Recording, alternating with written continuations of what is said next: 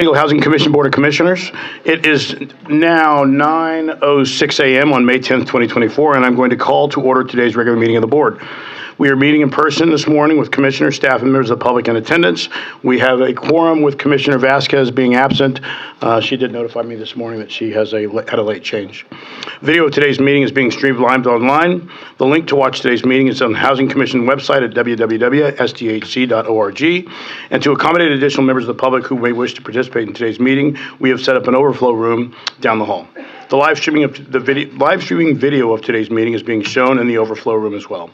Speaker slips are available in the overflow room for members of the public who wish to provide comments to the board today, and our staff will bring those speaker slips to me here in the boardroom.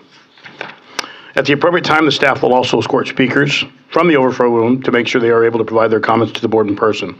Members of the public who are here in the boardroom or in the overflow room who wish to provide comments to the board will need to complete a speaker slip. In the boardroom, please submit your speaker slip to Vice President Scott Marshall right there. In the overflow room, please submit your speaker slip to our communications and government relations staff that are there in the room. To speak in favor of any item on today's agenda, please submit a gold-colored form. To speak in opposition to any agenda item, please submit the pink-colored form.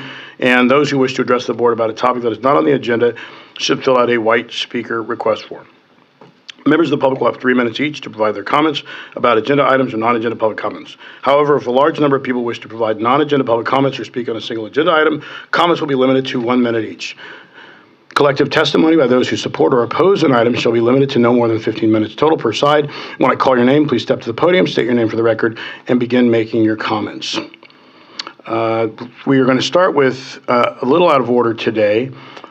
We are going to start with public comments on the closed session agenda. And I will remind the Board of Commissioners that we are not allowed to respond in any way, such form, because it is closed session, but we're going to take their comments at their request at the beginning of the meeting so that they can depart. I think that's what they wanted to do. So we will start with the closed session item, speaker slips, and that will be, first up is Francine Maxwell, followed by Parisha, followed by, no. Where's the timer? Oh, there are two from Parisha. Okay. Okay, thank you. Good morning, Francine Maxwell, Southeastern San Diego resident. I am an old organizer at the San Diego Tenants Union, former immediate past president, chairwoman of Black Men and Women United. We stand by the lawsuit, and being passed out to you right now is a letter that was just recently sent to HUD. And we're asking HUD to not approve the provision in the activities of the San Diego Housing Commission. So the reason for my presence today is to make sure that you understand that the San Diego Tenants Union, made up of Black and brown people that are underserved throughout the city and the county of San Diego, and what this lawsuit entails. It entails people that are spending over 75% on housing, and we cannot afford food, to pay for our electricity, to put clothing on our children. And so when rent increases are continually approved because someone tells you that it's a hardship, I'm going to need you to lean in just a little bit more authentically and make sure that that is truly because we're viewing it as not hardship, but harassment of underserved people. Although recently one of the plaintiffs, Black Men and Women United, have removed themselves from the lawsuit wasn't about one entity, one organization, one person.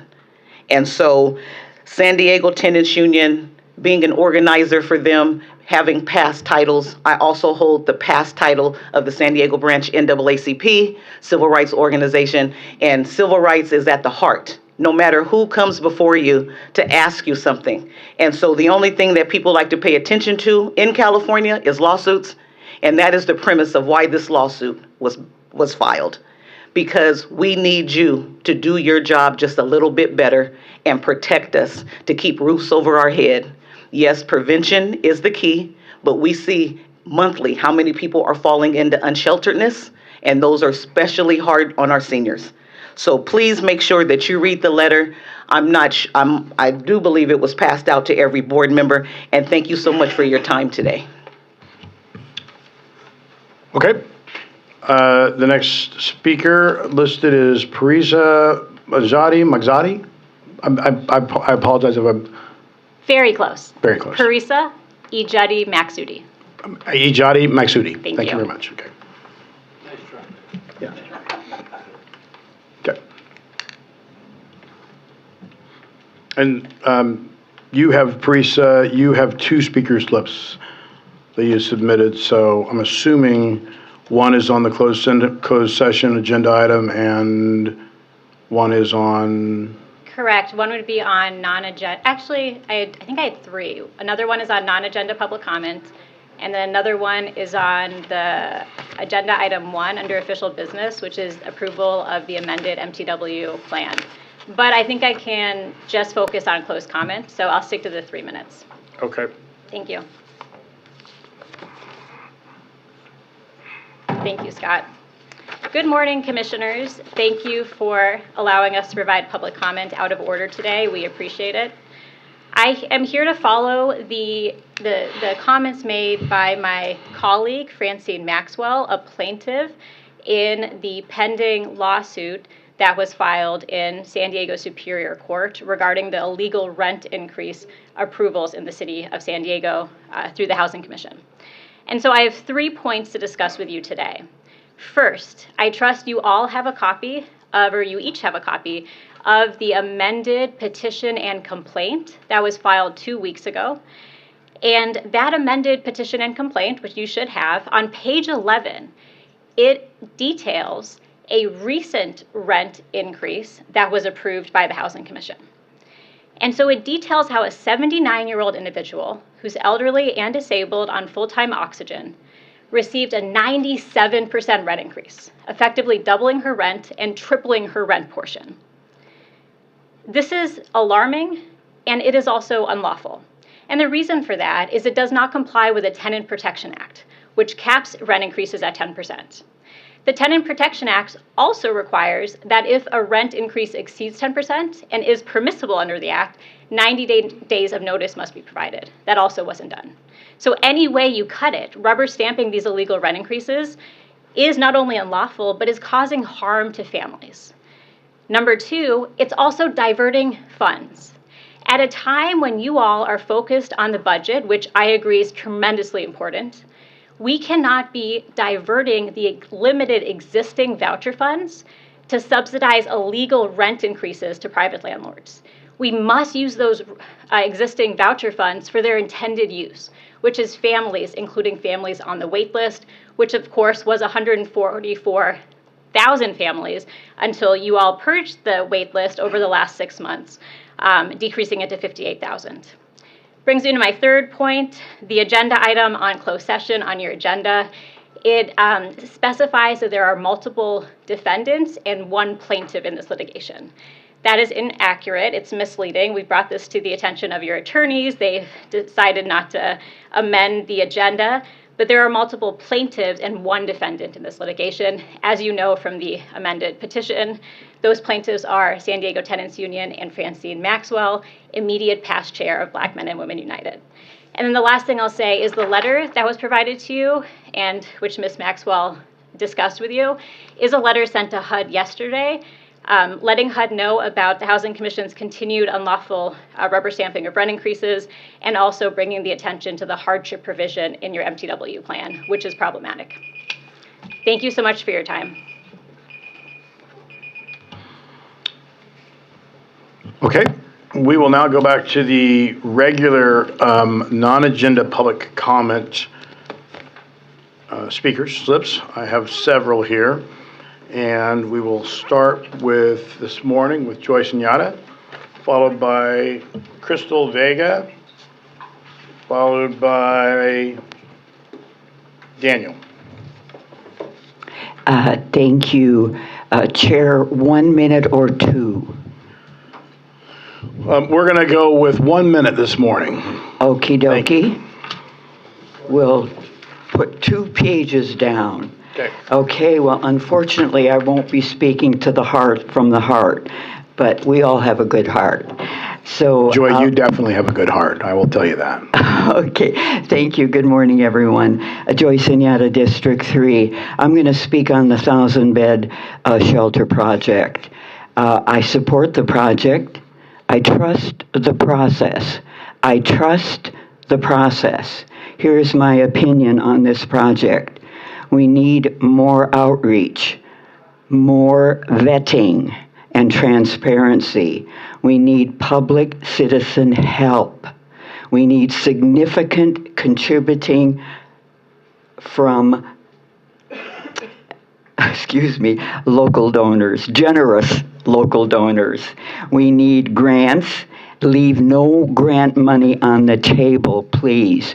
We need to give this homeless shelter a full-out golden opportunity for a yes or a no, okay? So one more sentence, Chair. If a no, let's use the funds for prevention of the homelessness. Thank you so much and love to all. Thank you, Joy. Good to see you this morning. Thank you. Crystal Vega. Followed by Daniel, and Daniel, you will be followed by Beverly St. Germain. Yes, sir. Good morning, Crystal. I'm sorry. My name is Crystal. I'm currently a resident at Kearney Mesa Villa apartment. So recently, there was a staff member there that recorded off of the security system me falling off the balcony because the domestic violence thing. And they posted it on Facebook. And I found it on Facebook myself.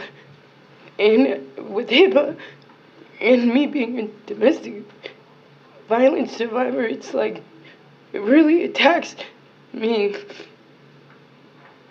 And they posted on Facebook, and she's still working there, and I just don't know who to turn to, just for the simple fact that that was the staff member that worked in the front office. You know, so I don't know who to turn to. Okay. Crystal, we will, Susie? Crystal, we'll try and help you get And through. then I also have to speak Sure. up for my friend Angelica that she couldn't make it here, but Okay. dude, like the aneurysm, she had 2 aneurysms. Mm-hmm. You know, the like the smells in there are really bad, like really, and she's never had health problems, and people are dying in there. You know, my dog has health problems now. You know, I just want to say that. Okay, thank you. Thank you, Crystal. All right, the next speaker is Daniel, followed by Beverly, followed by Josh Turnbull.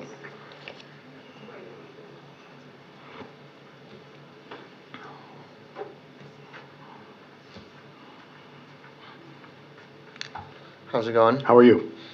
I'm here. Okay. All right, yeah, like I said, last time we were here, my next door neighbor, like what Crystal said, the smell and stuff, me and my mom, we came up to our house, we were gone for the day, and the whole house smelled like it was burning rubber, plastic, and next thing we knew, that our next door neighbor, and it's the same smell that he always does drugs and stuff, so everything's coming through the vents.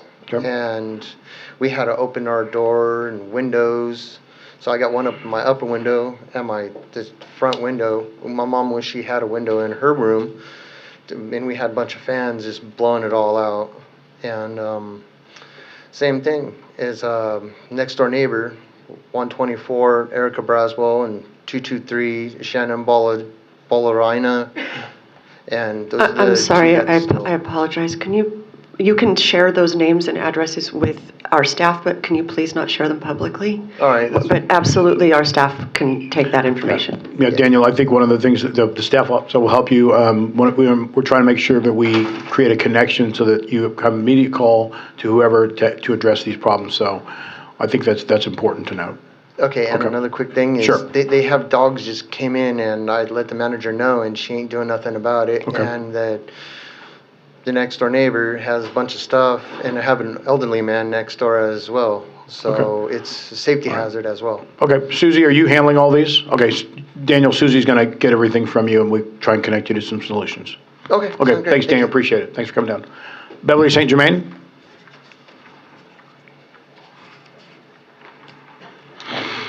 Followed by Josh Turnbull, followed by Ellis Rose. Hello. Good morning, I don't know Beverly. if you remember when I was here last, what I I talked do. about. Yes. All right, well, it's going on and on and on. And it's like, I mean, the neighbor, one of his family members keeps coming over. They get so loud. They're continuing to go out and scratch the truck, dent it. My son was in an accident about maybe a couple weeks ago. So, and they think, just because it's wrecked, they think they can go out and, continue. It goes on every day, and I get so frustrated. Because every day I go outside, I walk around the truck, I see new marks on it every day. And we just had the truck estimated on how much damage is done on the truck, and they figure about $6,000. And I'm just getting tired of it. And the more I go into the office and complain, well, now we're beginning to think you're crazy. Excuse me, I just got through having an MRI done on my head and my back because I've been getting real bad headaches because of the smell coming in my house. Because I can't tell you how often I smell that methamphetamine in my house, and it's making me sick. Okay. All right, Beverly. Susie's going to take, I think one of the things we're trying to do is make sure that the property management is aware of all these complaints each time so that we can get them addressed. So appreciate you coming down and reminding us of this situation, and we'll hopefully we get this resolved. Yeah, I hope so too. Okay. Because it needs to stop. Yep. It needs to stop. I mean, what would you do if someone was to go out and scratch your car every day or hit it and put a dent? Okay. I mean, All right. what would you do? All right. All right. You'll take care of Susie. All right, Thank you. thank you. Thank you, Beverly. Josh Turnbull, Ellis Rose, and then Bryce Griggs. May it please the court, good morning. My name's Josh Turnbull. I am a lawyer from Pittsburgh. I have been here for 18 months. I've been homeless. In that time period, I've been bounced from 5 separate shelters who each get about $30,000 for new bed that they take in. Nobody counts how many beds they kick out. It just matters how many they put in. There's no appeals process, none whatsoever. You get under the skin of somebody, they kick you out and it's done. You're back on the street. I've slept on the street for 17 weeks. I'm a doctor, and that's the treatment that I get here in this city. We're completely forgotten, and yes, they steal from us continuously because we are a political class with no political voice. And we've watched the trucks back in. We've watched Teresa pull her truck in. We've watched the other heads of Dreams for Change just take our resources directly. There's no coffee. There's no food. There's nothing. It needs to end. The resources are being squandered, not by us, but by the people that are supposed to be taking care of us. Nobody is. Okay. Thank you, Susie. Yep, Susie. All right. Ellis Rose. Good morning, board members. I said last time that I really wanted to come back and at least say something positive. So let me start with that first. Because there have been some improvements, and I think it has been because I've been here. So I appreciate the pressure that has created. For instance, I want to say that we have a new building manager. You have no idea how bad the situation was. And I'm sure it's because things were so bad that they couldn't justify that. In my apartment, they had to remove almost my entire outer wall because of black mold. And we're not talking about one layer of drywall, 2 layers of drywall. That's how severe the black mold was. And I also wanted to say that some of the building conditions have improved, but there are still a lot more conditions that need to be addressed, and there's safety issues. Remember, there are a lot of disabled people in this building. We also have a lack of security, and this is really important. Personally, I need to say that the first time I came here, that evening, we had to call 911. I wasn't the only one who called. The police had to ask me to come out of my apartment so they could talk to me. And for me to get back into the apartment where I was watching my friend's cats, they had to cover me with a shotgun and a pistol. Okay? I've never experienced that in my life. And the danger I've gone through over the last 2 months has been incredible. On April 9th, the same man was hammering on my door at 4:45 in the morning, and he was screaming, "Come out here, you effing coward. I'm going to kill you." And that was recorded by 911, okay? Fortunately, he was arrested the next day on some outstanding warrants. Nothing to do with attempting to kill me. But let me tell you, I thought I was going to die that morning. I have never been in that kind of emotional shock before. And there is no reason why these things have to keep happening and why we have to do the hard legwork to stop these things. Right, Mr. Rose. And so I need to tell you that you need to follow up on this, because people in my building feel like we live in danger day after day. Okay. All right. Thank you, Mr. Rose. Susie is standing back there. I think we have your, because he's not at Kearney Vista, right? No. Okay, it's different. It's not a property that we own. Oh, it's not a property that we own. Okay. All right, Susie will get it. We do, okay. That property, All right. so we'll reach out. Thank you, Mr. Ellis. All right, Bryce, followed by Serafima. I think I saw Serafima here. And followed by Barbara Walker. Morning. Good morning, Bryce. This is my second time here. I came about two pressing issues. One, Michelle Bennett, that's still in the air. The second pressing issue was about the condition of the building. Hyder came over there under the assumption that I had complained about mold in my bathroom, stuff to that nature, and I had to correct them. And in the correction, it led to a meeting, a sit-down meeting with them the following week. I didn't know that you guys had called them, blase, blase. I don't even know if that happened. But they came anyway to address. And so when I came to see them on the second visit to actually get down to the details of me talking to y'all about the issue, it didn't go anywhere. It seemed as like they didn't want to involve the health department, and I don't know why. So I'm here again, knowing the nature of the health of the building. I mentioned the roofs and how they're all green and stuff, and she was facetious about it. Oh, that's just moss, you know. And I said, well, if that's moss, then that moss is keeping me from donating plasma. Can you please contact the health department? Because she acted as if, you know, all the people that she was working with, whether it was the city or the county, she acted as if they didn't have the control or the authority to do anything about, you know, my complaints, and I beg to differ. All right. So if you can please, I don't know, and the other things, I don't know how to follow up with you. Yeah. I don't like coming here. I know that you have the people here taking our notes, and I don't know how that works in terms of following up. Yeah. So I need to figure out how to follow up with you without coming here. Yeah, we'll Susie, we'll get you connected to that, Bryce. I think we have a representative from the building management team outside, and we are offering health and safety checks. So let's make sure that gets signed for. So we have one. Thank you very much. Okay. Serafima and Barbara Walker.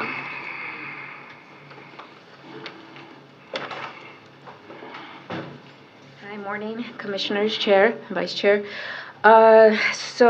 Last month when we were here, you noted that there's 14 tenants, and actually there's a lot more that want to come and speak to you all. And yes, having that level of communication directly with them might actually help, because when you all mentioned that every single person was going to be contacted, well, not every single person was contacted, and that was a month ago. So I just wanted you all to know that. Actually, I wasn't contacted. I don't live there, but maybe that's why.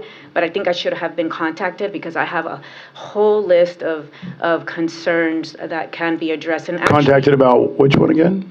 just basically all the concerns that you're hearing from the Kearney Vista apartments. So I have all those listed out. I actually gave it to Hyder and Reed, the real estate department, acquisition department. So they have this list. So the fact that, is that Mr. Cushman stated that or is anything going on over there? And you were surprised to know that, yeah, there are involvement from the Housing Commission, but maybe your chair is unaware of it, or there's a communication breakdown. And yes, I agree with what you said last time, is that why are we in a situation that we're not troubleshooting and being just kind of listing it all out and going charting it all out? Because a month ago, we thought maybe some of these things might have gotten resolved, but clearly we're not seeing much. Okay, Surveyor. One very important thing, I did state last month that when I was here that I don't want to see any of the people that have come to voice be evicted. Sadly, I have one woman here that elderly woman, disabled. She had to go to court and everything, and they're trying to evict her in 90 days. So you're going to put somebody out on the street that she has a way to pay, a means to pay, and then there's this whole embezzlement thing that needs to be addressed too. Why, they were trying to pay their rent. Survey, okay. You need to really investigate. Okay. I need you to please wrap it up, please. Yeah, I'm trying, but there's a lot to be said. Well, I know, and I know, and Hyder is here. Can you investigate the violations and evictions and not evict anyone? Okay. Because if there is mishandling from property management and all those entities there, they shouldn't come back out on the street because there's a reason why. Sir, we have a representative from Hyder here who you could talk to. I think you said you haven't been able to talk to them. They are here. Susie will take you out to meet with them right now. Okay. And we can go from there. Ms. Walker? Okay, yeah, Thank you very much. Ms. Walker? Yeah. Hi, my name is Barbara Walker. Ms. Walker, hang on. Where do you put the mic in front of you? Hang on just a minute. Okay. My name is Barbara Walker, and I'm from 5400 Kirby Mesa Road. I feel I've been bamboozled. Because I was one of the paying renters, and then I was shocked that the Housing Commission gave me a notice that they're suing me. I understand the California way is that's the way of saying that I owed rent. Okay. Yes, I tried to pay my rent up until July, August, and the manager had made this bogus back payments that I didn't owe this rent, but they threatened me to say if I didn't sign by May 14th of last year, that the Housing Commission was going to take action on me to get me out of there. Now, I am a senior citizen. I know I don't look it, but I have till my lawyer, the lawyer that they appointed to me, told me, I sent pictures to him with my rent receipts, okay? And when he got finished, he came to court and they settled with the Housing Commission to give me 90 days, which is still not 90 days. That would be July 1st. I'm not from California. When I came here, they put me on the streets for 7.5 years. This program, this wasn't even a program, it was supposed to be permanent housing, put me there during COVID. And now, they just want to put me back on the streets, and there's thousands and thousands of homeless people and coming every single day. And I died twice in this apartment, twice. I died in May and I died in June. And when I died in May, they were reviving me in the parking lot. And the tenants were robbing my house because they heard that I had died, but they were reviving me. Okay. In the ambulance. Okay. Thank you, Ms. Walker. And you can hear me. I don't want to die again in this apartment complex. Okay. Thank you, Ms. Walker. We appreciate you coming down. We have one last non-agenda public comment speaker. Last name of Hooks. I think of Hooks.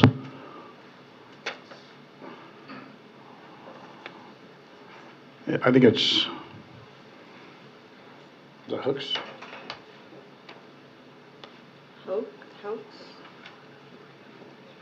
Hoax. Okay. Montrell. All right. Seeing that Montrell is not here, that completes the non-agenda public comments. Commissioners, we will now move on to see if there are any comments that you would like to make before we jump into the regular portion of the meeting. Vice Chair Klempner, I see that you pulled your mic. I just wanted to ask Casey to give us our usual report. Good morning, Commissioners. So as of the month through April, year-to-date, we've received... Hey, Casey. Yeah. That wasn't very joyous. Can you... Sorry, I'll work on my presentation. Okay. So through April 30th of this year, we've received 17,834 referrals for shelter, of which 19% have been accommodated. The number 1 and 2 reason for non-completion were no male bunks available, top or bottom. In the month of April, we received 1,821 referrals, of which 18% were completed. This number went down slightly because we had to suspend intakes temporarily for Golden Hall transition. We moved from the first floor to the second floor, and we had to prioritize some beds for the storm victims that were in the county lodging program. So that's why the rate went down by 1% in the month of April. I do want to highlight one new data trend. Generally, we report out to you the top 5 reasons folks can't get a bed. For the first time, the lack of a family bed made it to the top 5. So we had 110 referrals for family shelter in the month of April, which, it's never made it that far. And just as a reminder, we only have 51 units in the city that either the commission or the city funds, and we only have 1 to 2 units come online a month. So that 110 requests for family shelter is a little tough.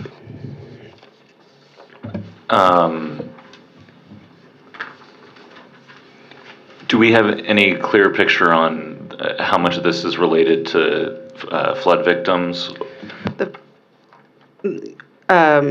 You mean the request for shelter?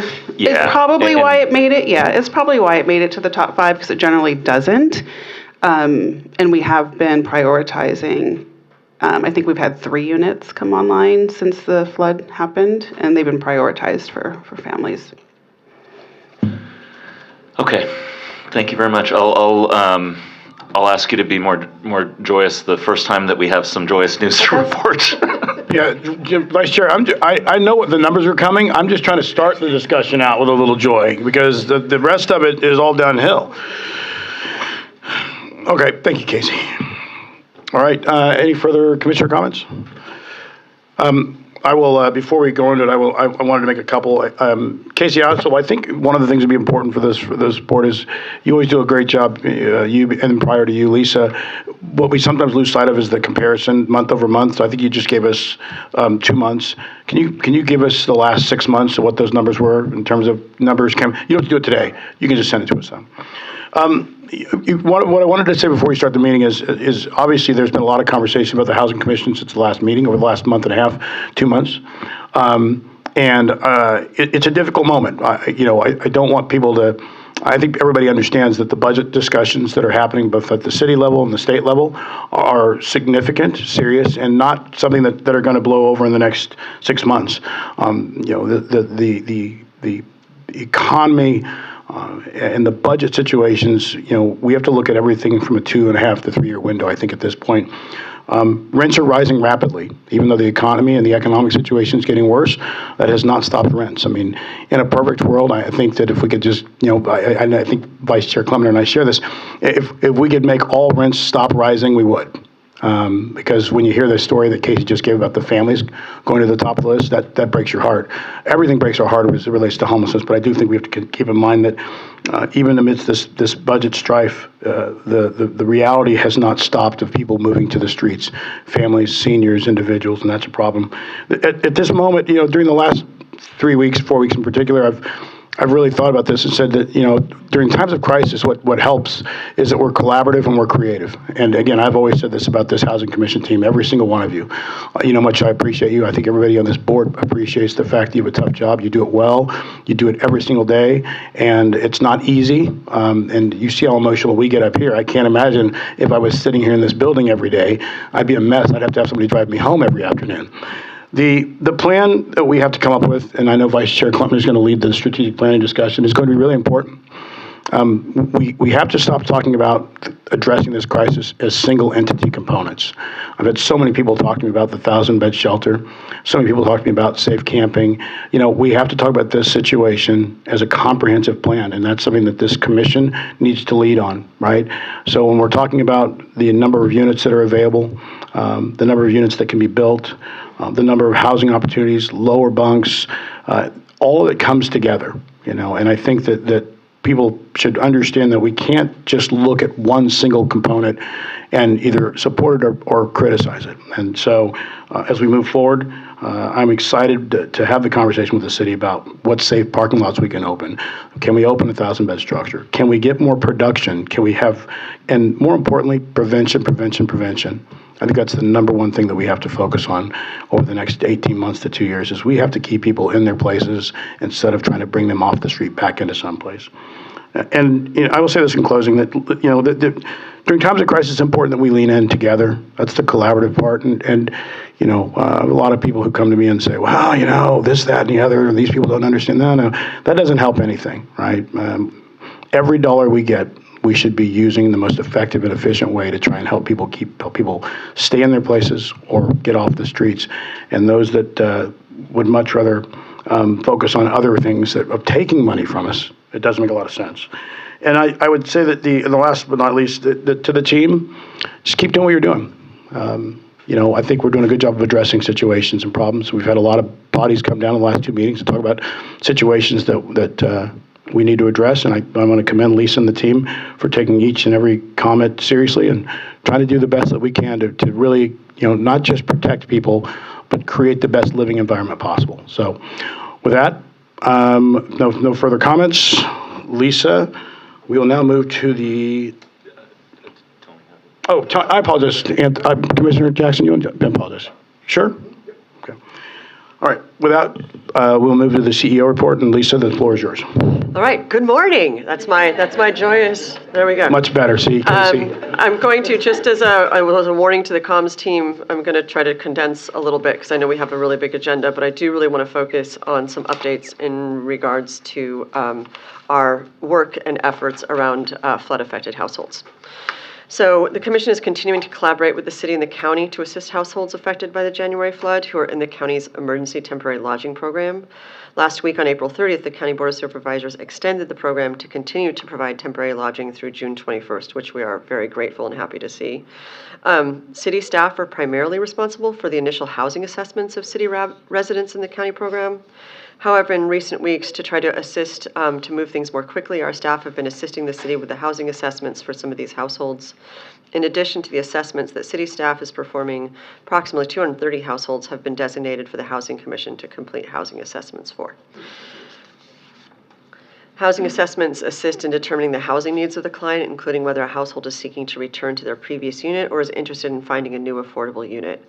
When a housing assessment identifies a household is interested in finding a new unit, our unit search team engages with them to assist them with their housing search. We've also conducted housing search workshops, and we're encouraging landlords with available units to list them on affordablehousing.com to help us connect them to flood-affected households. The households referred to us for this assistance had anticipated the county program would end in May, and with the county's extension, we are working with the households to determine next steps. We're re-engaging with the unit search referral clients to reconfirm their interest in long-term housing goals, and we anticipate being able to provide significantly more data about outcomes from our housing search assistance and our unit search housing assessments for these households in future updates. I want to share that our goal when working with clients is to get them rehoused as quickly as possible. That may mean assisting them with resources to move them into their previous unit that has been repaired, or assisting them in finding a new unit. But rapidly moving families back into permanent housing does have its challenges. Some families are ineligible for FEMA assistance due to immigration status, so their resources are more limited. Some families were in very inexpensive or naturally occurring affordable housing, and if they have to find a new unit, it's going to be difficult to find a unit that they can afford, even with FEMA rental assistance. Some households have credit history challenges or rental history challenges that can certainly be expected when your income is very limited. And some households are larger families, which means they need larger units, and that drives up monthly rental costs. In essence, it's an uphill climb for many of these families to get back into housing quickly. We're doing everything we can to support the city and the county in our collective efforts to identify safe, stable, long-term housing for the many families that have been impacted by the storm. Additionally, on April 30th, the County Board of Supervisors' action included the allocation of approximately $4.3 million to the Housing Commission to provide further assistance for city residents in the county's program. We're meeting with county officials about the details to obtain these funds, and our Rental Assistance Division is in the process of developing a program that would apply these funds to a variety of initiatives to assist flood-affected households currently in the county program. These efforts are in addition, of course, to our own emergency temporary lodging assistance that we provided during the flood's aftermath. Our staff continues to demonstrate exceptional care, empathy, compassion, and professionalism as we work to assist these families to recover. I will provide additional updates as we have more information. So we'll go to slide 3. Thank you. Addressing the shortage of affordable housing, which we've been talking about a lot today, requires a combination of building new units and preserving the affordability of existing units. As part of our ongoing efforts to support the preservation of deed-restricted affordable housing, our staff monitors our affordable housing database. We have identified 1,427 deed-restricted affordable housing units in service today that are at risk of losing their affordability during the 4-year period from January 2024 to December 2027.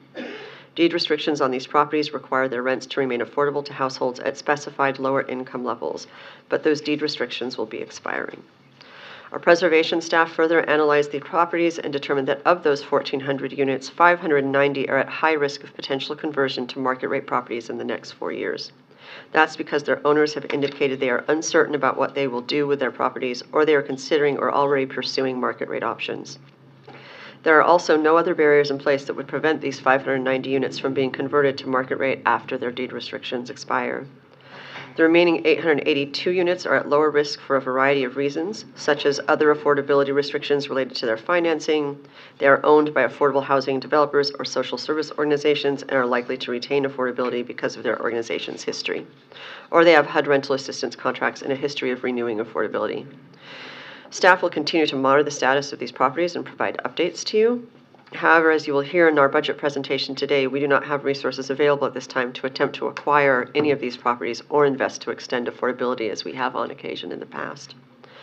We're continuing to work as quickly as possible on a proposed deed-restricted affordable housing preservation ordinance to assist with maintaining affordability of properties citywide.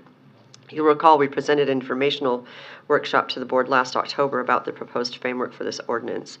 Last November, the City Council's Land Use and Housing Committee approved the framework and directed us to work with the City Attorney's Office to draft an ordinance. And our preservation staff has been meeting with the City Attorney's Office to discuss the ordinance in the first few months of this year. This month, we kick off stakeholder meetings to receive input from the proposed ordinance, and this fall, we will be presenting the ordinance to the Land Use and Housing Committee for consideration. And we'll also bring information back to you. I'm just going to briefly highlight and not share any details at this time, but happy to share them in a follow-up, that we had one groundbreaking at Quattro at City Heights this year, past month, and we've had 2 grand openings, one at Shoreline and one at Puesta del Sol, all properties that will continue to provide additional new affordable housing to the people we serve in our community. And I'm going to keep it short, so that concludes my CEO comments. Thank you, Lisa. As always, appreciate everything that you and the team do, and know that you're not lacking for things to do these days. So, all right. Next up will be the approval of the minutes of the April 12th, 2024 regular meeting of the board. I do not believe we have any speaker slips for that. We do not. So no speaker slips have been submitted regarding the minutes. Commissioners, are there additional changes to the minutes, or do we have a motion? Motion. So we have a motion by Commissioner Jackson. And it's the amended minutes, right, Mr. Chairman? It is the amended minutes that Thank Mr. you. Marshall sent out from the last one. Yes. Okay. I need a second by Keely. Okay. So we have a motion by Commissioner Jackson and second by Keeley. We have no speaker slips, so with that, I will call the roll. All those in favor of the motion, signify by saying aye. Aye. Any opposed? Any abstentions? Seeing none, the motion carries unanimously. All right. Ms. Hester, Commissioner Hester stepped away, so I'm assuming that when she comes back, she'll add her name to this. All right, let's go on to the agenda. So the first item on the agenda is item 100, and it is the fiscal year 2025 Moving to Work Annual Plan Amendment. We will take public comments after the staff presentation. Senior Vice President of Equity Assurance, Deborah Fisher-Falk, and Director of Equity Assurance, Nancy Saw, will be presenting this item. I see they are making their way up to the microphone. And Deborah, the floor is yours when you are ready. Thank you. And good morning, Chair Mitchell and Commissioners. Thank you. I like that. Thank you. This item that Nancy and I are presenting is an amendment to the Housing Commission's fiscal year 2025 Moving to Work Annual Plan. As a Moving to Work, or MTW agency, the Housing Commission is required to submit an MTW plan to the U.S. Department of Housing and Urban Development, or HUD, each year. In February, you approved the proposed fiscal year 2025 MTW plan, which was recently submitted to HUD for review and approval. This morning, we are asking you to review and approve the fiscal year 2025 MTW Annual Plan Amendment. As you may know, MTW is a demonstration project for public housing authorities that provides them the opportunity to design innovative, cost-effective strategies better suited to meet local needs. The Housing Commission is one of 39 original MTW agencies out of the approximately 3,200 public housing authorities nationwide. Today, 139 agencies have received MTW status either under the original agreement with HUD or through an expansion cohort. MTW activities must meet at least one of three statutory objectives, which are to reduce costs in federal expenditures, help families become more economically self-sufficient, and in San Diego, this is focused on families that are able to work, or improve housing choices for families with low income. In addition, MTW agencies must assist substantially the same total number of eligible low-income families as would have been served if the Housing Authority had not received an MTW designation. As part of the MTW annual plan process, the Housing Commission is required to make the draft plan available for public comment.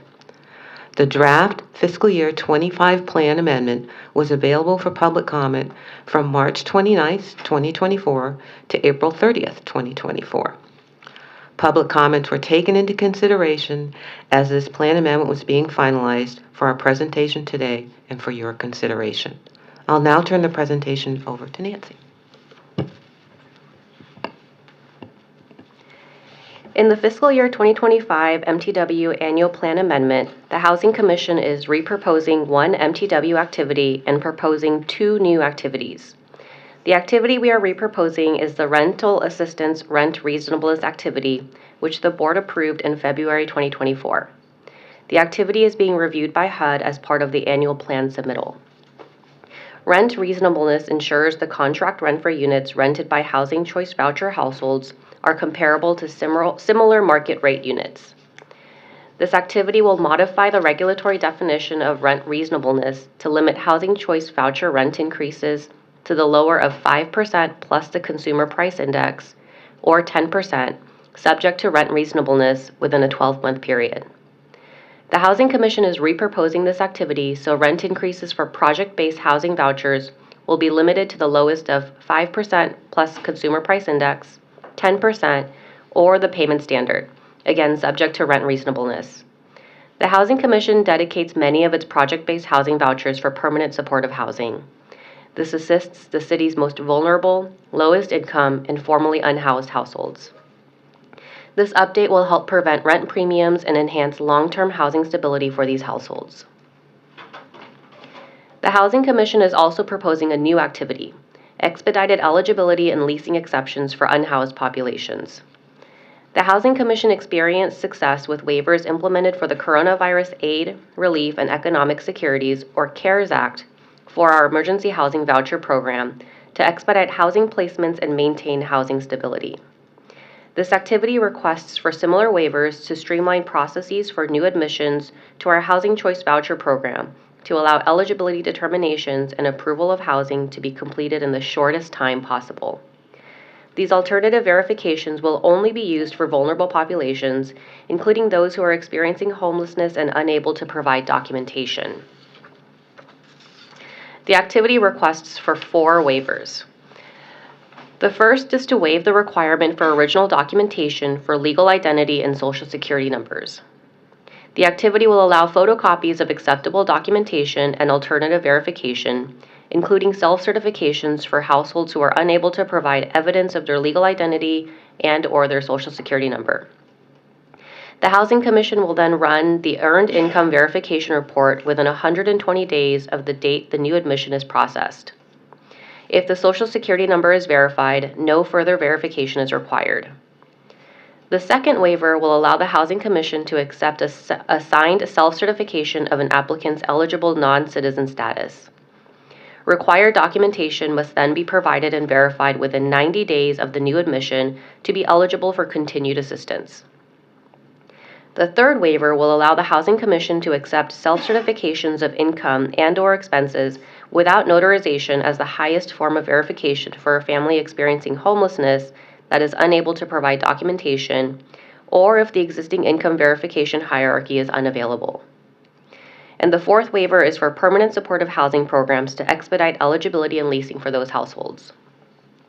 The waiver will allow the Housing Commission to use the criminal history report performed by the property management company and allow applicants to complete the HUD-required briefing within 30 days of move-in, instead of completing it before they are approved to move in. These waivers are essential to place vulnerable households into stable housing as quickly as possible. The second new activity the Housing Commission is proposing relates to the Family Unification Program, or the FUP Youth Vouchers. HUD's Fostering Stable Housing Opportunities Act, or FSHO, amendments made changes to the FUP Youth Vouchers. The changes provide eligible youth with an extension of voucher assistance for up to 24 months. This extends the maximum number of months of rental subsidy FUP youth can receive to 60 months for youth meeting the extension eligibility criteria.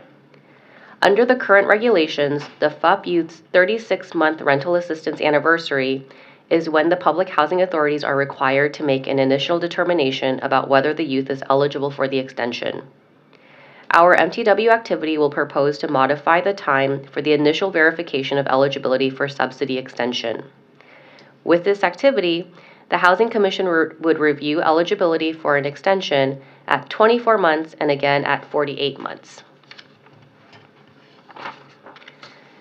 This will provide a number of benefits, including providing participating youth additional time to implement the criteria to meet extension requirements to qualify for an additional 24 months of rental assistance, to increase the number of youth that would be eligible for a rental assistance extension, increase self-sufficiency among participating FUP youth households, and to align with the Housing Commission's biannual recertification cycle. Staff recommends that the board take the actions detailed in the staff report and shown on this slide. And this concludes our presentation. We're available for any questions or comments you may have. Thank you very much. No speaker slips have been submitted for item 100, so this concludes the public comment period for this item. Commissioners, questions or comments on item 100? Commissioner Hubbard, you have this look on your face like you have a question. I'm looking at you. I'm waiting. No questions from Commissioner Hubbard. All right. Any questions? I will have Vice Chair Klempner. Thank you for this report and the updates. Not a question so much as a comment. There's been a lot of explanation over the past couple weeks of what's happening with the voucher program and the strains on it, and what's going on with our HUD funding, and how we spend more on the vouchers than we receive from HUD, and all the things that have been leading to this for years. And I just want to point out, in these policies we have a number of things that are targeted at homelessness, and both preventing homelessness, getting people out of homelessness. And I don't know that the vouchers necessarily end up being part of the overall discussion around homelessness often, because it is part of the Section 8 program that is over here, and it's not, a direct shelter operation or but I think that we do need to think about it that way, because I'm hesitant to do the math off the top of my head, but the largest, Lisa might be able to verify this, at least one of the largest investments that has been made in addressing the homelessness crisis has been through the voucher program over the past 5 years. And that has come in the form of the project-based vouchers that make permanent supportive housing possible, which is a direct one-to-one. That's people who come off the street, go into permanent housing, because we allocate a voucher to that. These changes to our MTW plan are highlighting all the many ways that this is working in there, that we're expediting the process for people who are exiting homelessness, that we have, that we're focusing on extending the assistance for youth. And in particular, I'm so glad to see that we're working on the youth issue, because we know that the outcomes long-term are so much worse when we allow people during that critical phase to fall into homelessness. They're much, much, much more likely to experience that again later in life. These are wonderful changes that we're making, and I think that, I hope that the public understands and our policymakers all understand that the reason that we have the voucher shortage, the reason that the wait list is as long as it is because we are putting so much attention on supporting the greatest need, the people who need the assistance most desperately, and all of the related community impacts that has, and that has to be considered part of this overall discussion. And we cannot look at it in a silo of just the Section 8 program or a HUD issue. It is part of our homeless strategy. That's my unplanned comment on that and what's on my mind. Lisa, I feel like you may have something to add there. I was just going to say, well put. So that thousands of our vouchers have gone to permanent supportive housing over the past 10 years. And I just want to give credit to the rental assistance team and the MTW team for really coming at this in a way that was very person-centered. The whole point of the changes for the FUP youth program are to make it more tailored to their needs and to better meet their needs and to engage with them appropriately. So it was very thoughtful activity and proposal that they brought through to take something that HUD had created and make it better. So thank you all for that. Now, I would just close with, I'm always, I learned a lot about the voucher program when I joined this commission, and there's a lot that I didn't fathom. Some of the changes that have happened over the years due to the creativity of the commission staff and recognizing the need to enhance it and create opportunities on both sides of the 8. Everything that goes into it. It is a part, Vice Chair Clunner said, it's part of the overall comprehensive plan. And I think we're doing a great job of maximizing the benefits. And, I've made this comment over the last couple of weeks so that I hope we can get back to the traditional voucher distribution structure, focusing on what it was intended to be. And the homelessness crisis has become a large part of the focus, and that's, we're doing what we need to do, but hopefully soon we'll get back to what the traditional regular structure. So. Can I say one more? That's a very good point. I'm sorry, I just want to add one more thing. What is challenging about this, I think, is that if we look at the wait list and we look at how this is being used as a homeless solution, the people bearing the brunt of the cost of that solution are the people on the wait list. So. I agree, and like I said, hopefully we can get back to the traditional at some point, because that is the thing that is really the most troubling. but we're doing it out of necessity. So, and I'll just make one last comment. I appreciate the fact that when we're talking about these high rents and rent increases, I think this is smart, to put a cap on the activity, and then make sure that we're making sure that we are enforcing that cap. We're not going to wake up overnight and our housing crisis has been resolved because we've mysteriously built a bunch of units and created a bunch of capacity. So meanwhile, while we're waiting for that, this is an important step. So, all right. I'll just share, since Suket took the time to text me, that about 5,000 vouchers and about $95 million worth of our voucher funding for homeless programs. Okay. Well, homeless permanent supportive housing programs. All right. Suket somewhere in the building. Oh, he's right there. Okay, hi behind Casey. All right. He's like, man, if they don't see me, they can't ask me anything. All right. No further comments. Commissioner Hester, Commissioner Hubberg, Commissioner. Okay. I said Commissioner. Johanna, really? Commissioner? I mean, really? All right. Okay. Okay. Would you like to share your pronouns, though? Yeah. Right, there you go. Right. Okay. No further comments on the item. I will entertain a motion and a second. Commissioner. All right. We have a second and we have a motion and a second. All those in favor of the motion, signify by saying aye. Aye. Any of those opposed? Any abstentions? The motion carries unanimously. Thank you very much for your time. Thank you, Deborah. All right, we'll move on to item 101. We do have one speaker slip on this, but we will take public comments after the staff presentation. This is the item related to the operating agreement with Father Joe's Villages for the Day Center for Persons Experiencing Homelessness. Interim Senior Vice President of Homelessness Innovations, Casey Snell, you all know her, and Senior Program Analyst, Melissa Colts, will present this item. Casey, Melissa, please begin when you're ready. Good morning. Today we are presenting staff's recommendation to authorize the execution of competitively awarded contract with Father Joe's Villages to operate the Day Center for Persons Experiencing Homelessness. The Day Center provides a safe and welcoming drop-in center for adults experiencing or at risk of homelessness. Located at 299 17th Street in East Village, the Day Center has been in operation since 1991 and serves approximately 6,000 unduplicated individuals per year. The Day Center is currently open 7 days a week and is only closed on Christmas Day. The Day Center provides critical, basic needs services to persons experiencing homelessness. On-site services include access to restrooms and showers, drinking water, laundry facilities, cell phone charging stations, storage units, and mail services.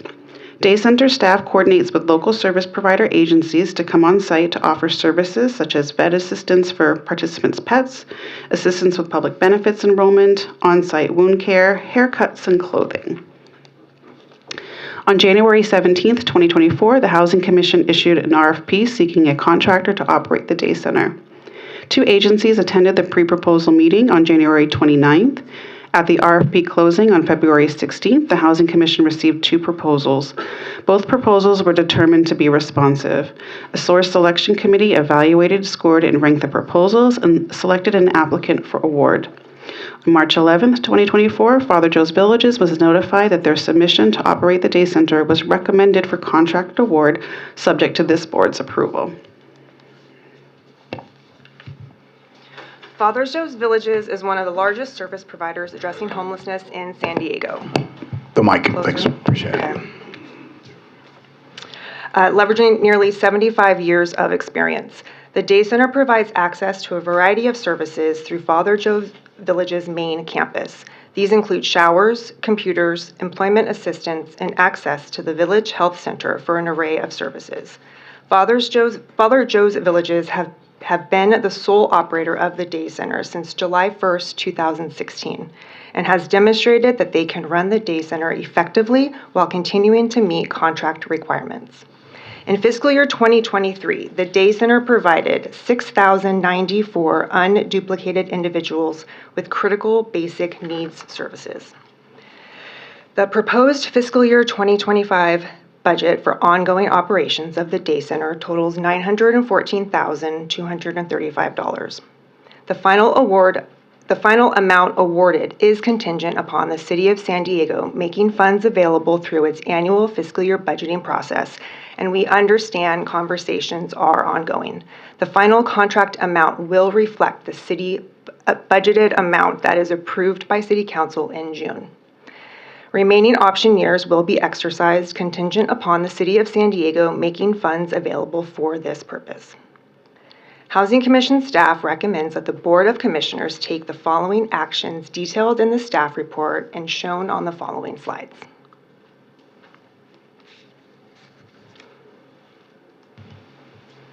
That concludes our presentation, and we are available to answer any questions. Thank you very much.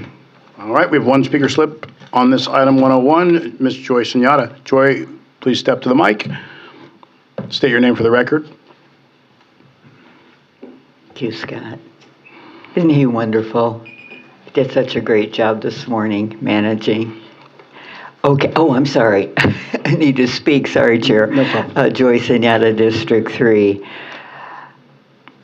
Approve operating agreement between San Diego Housing Commission and Father Joe's Villages for persons experiencing homelessness. Father Joe's is well loved in San Diego. We must not reduce it or cut it. To hear so many voices speak for Father Joe's at City Council recently this week was both heartbreaking and heart uplifting. I wholeheartedly support this contract. Thank you for the presentation. There's so much, we could spend days talking about the positivity of Father Joe's. So thank you for this item and love to all. Thank you, Joy. Appreciate it. All right. No further speaker slips. We will now move on to commissioner comments. Do I hear, is anybody, Mike? All right. Mitch? Commissioner Cushman. Thank you. Thank you for the report. This is a phenomenal need. The facility's not phenomenal. So I think it goes without saying we've got to continue to work on trying to find a much better facility. Lisa and I discussed that earlier this morning. But for now, it's the best we have, and I will move the item, Mr. Chair. All right, we have a motion. Second by Commissioner Jackson. Before we this up, Mr. Cushman, I was mentioning to the Vice Chair that you and I have had a little experience with getting some facilities improved in the past. Hopefully we can, I know we need a new facility, but if we can do some things just on the existing facility, I know that money's tight, but there are often, we've been able to find some resources in the past, and I hope the city will allow for us to at least entertain that conversation. I will just share that over the past 7 years that I've been at the commission, we have conducted more than one needs assessment. So we do have information on that facility. Certainly, it's probably not ideally suited to what we're asking it to do. So as we look to find another opportunity that maybe better suits it, there's probably some minor things that could be done just from, basic care. Well, Commissioner Klempner just told me there is an offer that could help with the showers, so I'm going to follow through on that. I really believe in this facility. For these folks, it's really important. And if we actually could bring the showers back, that'd be fabulous. I agree. So I'll work on that. Long overdue. Thank you. I want to thank everyone who just spoke on this, because I think we're all on the same page here. And, one of the things that I hear in this discussion and over the past week about this facility is that to the extent that there are problems, and I think everybody agrees that there are problems, those are problems of more or less overuse, that the demand for this facility and these services so exceeds the resources and the constraints of the site that the challenge we have in a difficult budget year is to keep the whole thing afloat and keep those services online, because they are so critical. But in reality, we need 3 or 4 day centers in different locations, and we need them to have different facilities available, and so I think we're all in agreement with that. I mean, there is no immediate solution to that right now, but I am glad that we're all landing on the same place, which is we have to keep this going until we get to a point where we can come up with a better solution. I also think, though, that in hindsight, if we look at the last 6 years or so, this facility has kind of constantly been at risk, and what I think there's a collective responsibility that needs to be taken here. that when we did have years where there was more budget to be worked with, that we didn't come up with the solution. So now we're trying to hang on to it in a tough year when we don't have options. And so I hope that that the next time that there's a budget surplus at the city and that we can all come up with a way to have additional showers, additional laundry services, all the critical things that are provided here. This is a public health essential. Exactly. And in the absence of this, we will have public health consequences that will be very real, that we will not be able to say we didn't see it coming. So I'm so happy that we're all in agreement and that we're working towards finding solutions. And I do think there's a lot of community support to help make improvements at the site. So I would agree. And as we prepare to vote on the motion, Mr. Cushman, when you're talking to the city about this, a little expedited permitting for some of the minor changes that we need would also help. If I could just jump in and say that we've had some very good conversations with the city on this budget. So I'm looking forward to the May revise. I think it's going to look a lot better, and I'm thrilled that the city's been working with us on that. I will also share that if we're going to work on showers, we need to work on the women's restrooms. There's a real concern there. So anything we can do for our team to work with partners that might be interested in donating funds or construction companies, that kind of thing. We've seen a lot of interest in the past. I think that this is the time for us to all come together. Remember, collaboration. Sounds great. Okay. All right. Thank you, Commissioners. All right. So with that, we have a motion by Mr. Cushman and a second by Commissioner Jackson. So all those in favor of the motion, signify by saying aye. Aye. Any opposed? Seeing none, the motion carries unanimously, and we will move on to item 102. Thank you very much, Melissa and Casey. Item 102, this is the authorization to accept and expend funds to acquire and rehabilitate the Extended Stay America on Hotel Circle. Deputy CEO Jeff Davis and Vice President of Real Estate Buddy Bohr are presenting this item, and I see they both have sat at the table. The floor, Jeff, is yours. We don't have any speaker slips for this item, but please begin when you're ready. Good morning, Chair. Good morning, Commissioners. The item before you today is a request to authorize the Housing Commission to acquire the Extended Stay America on Hotel Circle, utilizing funds from the State Home Key Program, the City of San Diego, the County of San Diego, the Regional Task Force on Homelessness, and our Moving to Work funds. Last year, the board approved the purchase and sale agreement for this property and the submittal of an application to the State Home Key Program to support the proposed acquisition and rehabilitation of this property, which will be known as Presidio Palms. We submitted the application for Home Key funds on July 28, 2023.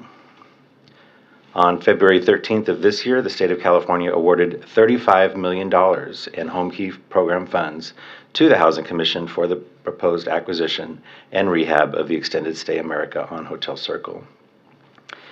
In addition to Home Key funding, the Housing Commission is working in collaboration with the City of San Diego, County of San Diego, and Regional Task Force on Homelessness for this project. The city and county have each committed just under $18 million in funding, with both utilizing America Rescue Plan funds.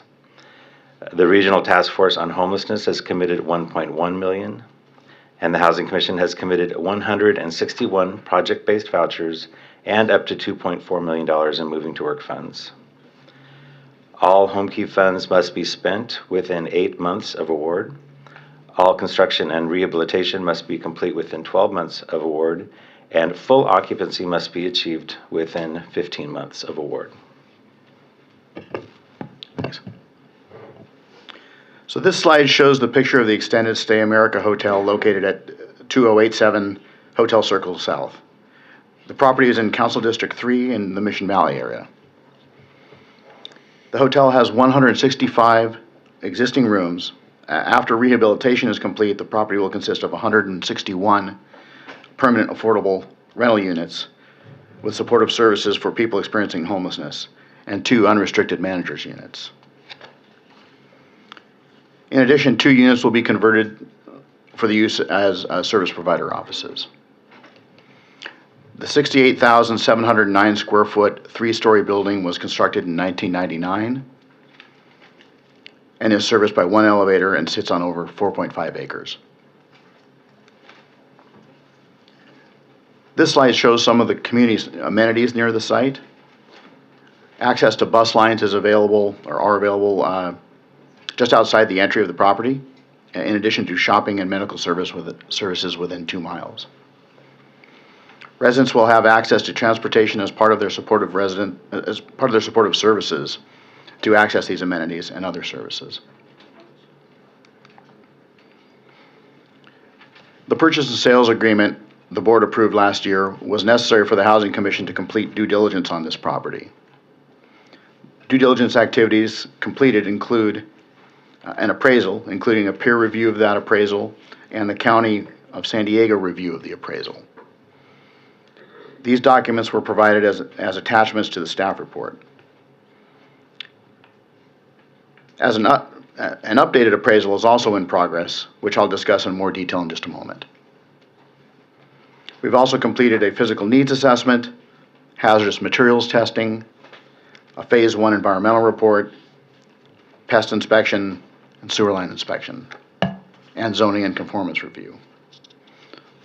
All the findings from this due diligence is summarized in your staff report. So as noted, as part of the due diligence for the proposed acquisition, included an appraisal of the property. The original appraisal was dated of the site inspection of May 3rd, 2023, and valued the property at $60,780,000. The agreed upon purchase price with the seller is currently $57 million, or more than $3.7 million less than the appraised value.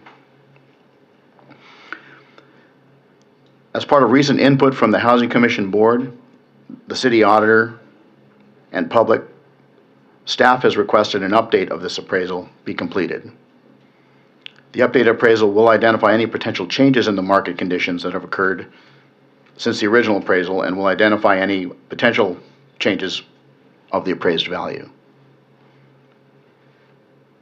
If the updated appraisal values for the property arrive at a purchase price that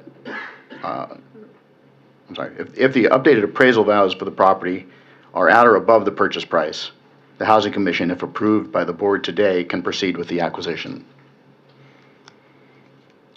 If the updated appraisal values for the property are below current purchase price, the Housing Commission can attempt to renegotiate the purchase price with the seller. If the renegotiation is unsuccessful, the purchase and sales agreement would terminate and the $100,000 deposit would be forfeited.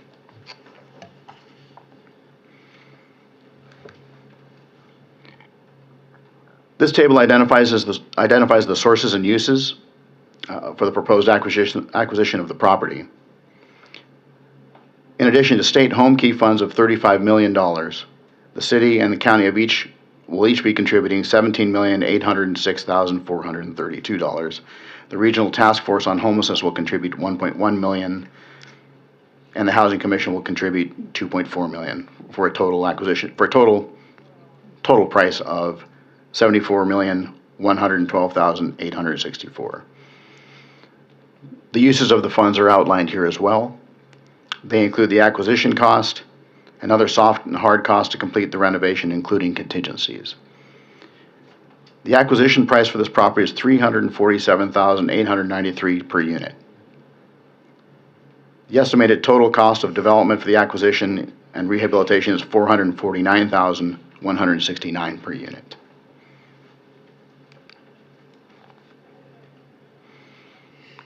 Once renovations are complete, residents will be identified through referrals from the coordinated entry system.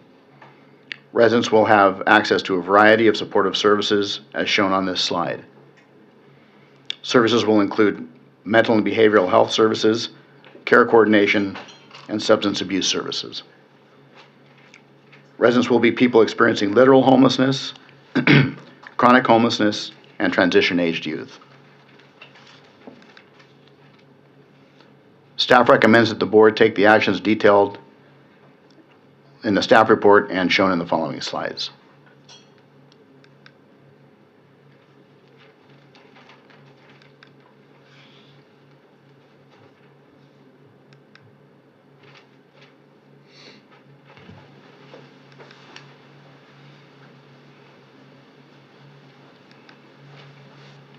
So this concludes our presentation. We're available for any of your questions. Okay, thank you very much, Jeff and Buddy. We don't have any speaker slips on this item, so Commissioners, I will entertain a motion, or unless there are comments first. Commissioner Cushman. Thank you, Mitch. Jeff and Buddy, great job.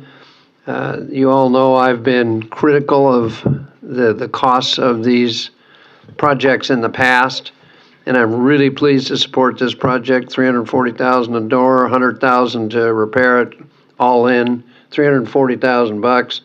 340 plus 100, $440,000, I think is terrific. So I commend you. This needs to be, your best becomes your average.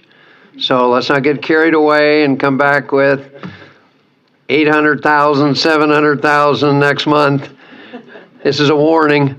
Anyway, I thank you very much. I appreciate it, and I would be honored to make the motion to support this at the appropriate time, Mr. Chairman. We have a motion by Commissioner Cushman, a second by Commissioner Hester. All right, I think we have a couple of comments. At least I see you have your light on. Yeah, I just wanted to also note that when you think about the local investment, so the SDHC and city funds, if I did my math right, ends up at about less than $120,000 per unit. So this is a lot of funding that we've managed to bring in from the state, from our partners at the county. So when you think about it from that aspect, it was a very good deal for us locally. Vice Chair Klempner. I don't want to say anything that gets into, real estate negotiations or impacts our ability, but I do recall, with those state funds available, we have not always been so rosy that we were going to be able to find suitable properties at a reasonable price point that we could get, and it is so encouraging that this has been pulled off and that we looked far and wide, and I'm sure that you all scoured the city limits for anything available that would meet the state requirements for us to pull in that state funding. And to Lisa's point, this is such a great value when you look at how much, as in particular, the local investment. And I think we all share Commissioner Cushman's general concern with the cost of production and permanent supportive housing in particular. I am bracing. I realize that this is an exception in terms of the price point, and I wish that there was more housing available and more funding sources for us to continue doing acquisition, because it is always more expensive for us to build things from scratch. But that is the primary mechanism that we have due to how the federal funds are allocated. So this is great. I do have a couple questions related to the populations served. So we have people experiencing literal homelessness, chronic homelessness, and transitional aged youth. Is that specified? Is that broken out into number of units designated for those, or are those all just wide open for us to allocate between those cohorts? I believe it's broken out in dedicated numbers. Yeah, we actually, Deborah Fischel-Falk, who handles our applications to HCD, could probably say that. But one of the things we did with these properties that's a little different than what we did with our initial home key acquisitions is to really, and because we've had more time for that application, and part of lessons learned is to try to diversify the population as much as possible when you think of seniors, veterans, transition-age youth, and just create a more mixed population, as opposed to during the height of COVID, it was very much all chronically homeless, high barrier. So still all permanent supportive housing, but more of a mixed population. And I want to be clear, this is not any sort of value statement as in terms of which populations should have access to what resources. But I am very glad to hear that and this has been years in the making, that every time we get into this, we look backwards at the last one and how it was set up and how it's operated and the challenges and the successes, and that we're getting better at this each time we go. And I appreciate the breakdown of the different populations that this is going to be serving. With the transitional age youth in particular, I know that since we're in the process on on the Tay shelter downstairs here, there are some specific, I mean, each of these populations has their own specific needs, but that population in particular has some, vulnerabilities that have to be taken into account. Can you maybe tell us how we're integrating them into this this facility in a way that meets those needs? I'm sure that we are. That's a big ask. Jeff, sorry, did you have a comment you wanted to make, or I can respond to this? Okay. So one of the things, fortunately, our partners in this work for a number of years now, and it really started with the first home key acquisitions, are the county. So when the county is working with us, they really work through their service provider contracting process, and they invite us to participate in that RFP process. So we have our own staff from our Homeless Housing Innovations Division and from our Asset Management Division that participate in that contracting process for service providers. We make sure they understand the breakdown of the different populations that are coming into the project, and that the service provider has the skill to meet those needs. And one of the things the on-site service provider will also do is, for specific populations with different needs, connect them to other community resources. So it's a very dynamic process. If we do have something like a veterans VASH voucher attached to projects, which I don't believe this one does, then we also have the VA services as well. So we have an on-site service provider who's the general service provider, but one of their responsibilities is to connect people to programs and services throughout the community that best meet their needs. So I guess my closing comment would be, I hope that the county and their service providers can benefit from and maybe take some of the steps that we've taken to have a conversation with the transitional age youth themselves about kind of what their needs are as this comes online and gets set up. I don't want to jump to any conclusions, but I can imagine, for example, that they may want their units clustered, and some separation from everybody else. We have a lot of things going on in these facilities, as we're very well aware, and so I'm thinking about them in particular and how we make sure that's accounted for. I also really like where we're headed in terms of the fact that we will have a youth shelter on our property, and we will also own property that has dedicated permanent supportive housing for youth. So we're starting to, it's nowhere near the demand, but we're starting to get a little bit closer towards having a system where people can go from one place to another, and it's within our control. So thank you. Wonderful. We have a motion. I'll just close with, Jeff, you'll know this. I'm glad this day is happening. I will say this because I didn't think I would ever have a chance to. Thank you to Blackstone for being willing to negotiate with us on this piece of property. And I will echo Commissioner Cushman's comments about I love the per door cost. And with that, no further comments. We'll entertain the motion. All those in favor of the motion signify by saying aye. Aye. Those opposed? No abstentions. Motion carries. Thank you very much, Jeff and Buddy.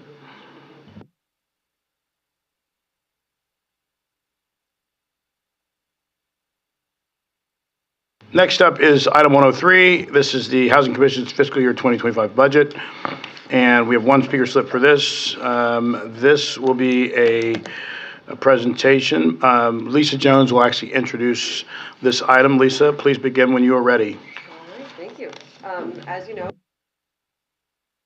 there we go. As you know, last month we presented an informational workshop about the proposed fiscal year 25 budget amid a lot of funding uncertainty about the programs we administer and operate. Still waiting for, obviously at that time, waiting for our letter from HUD. On Monday, we also provided an informational budget presentation to the City Council's Budget Review Committee. I've had several conversations with Mayor Gloria, City Council members, and each of you, and many of you, on the challenges the Housing Commission is facing in this fiscal year 25. And the difficult decisions ahead of us that will need to be made so that we can best meet the needs of the communities and the people we serve. In a time when we need to be creating more affordable housing, addressing homelessness, and investing in prevention, we are facing increasingly limited resources as a city and a community to fund our work. How we address these funding limitations while remaining committed to fulfilling our mission is going to call for a number of significant budget trade-offs.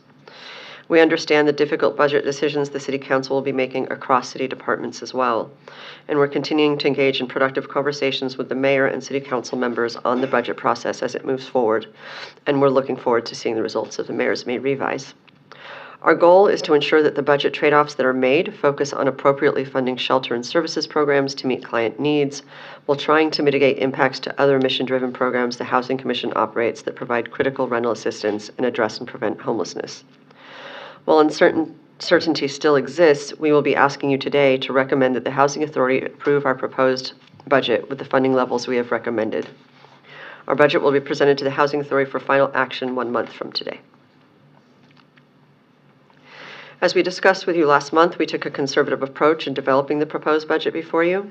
That is especially important this year because of the funding constraints that many government agencies, including both the City of San Diego and the Housing Commission, are facing. Our proposed fiscal year 2025 budget is $721 million.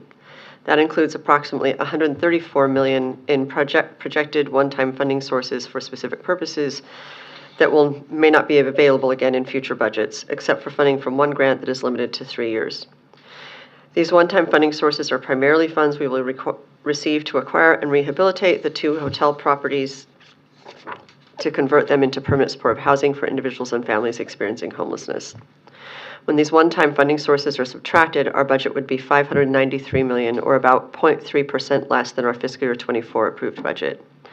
In addition to the $87 million we will receive for the Homekey projects, our budget also includes the first $15 million from a $45 million 3-year state grant through the Infill Infrastructure Grant Catalytic Qualifying Infill Area Program. I can't believe I got that right. Say it again. That's a hard one to say. 3 times fast. The state IIGC grant was awarded to the Housing Commission through a competitive process specifically to support 2 development projects. One project by the developer National Corps will produce 583 affordable housing units for families with low income. The project is known as Palm City Transit Village and transforming and advancing South County transit communities.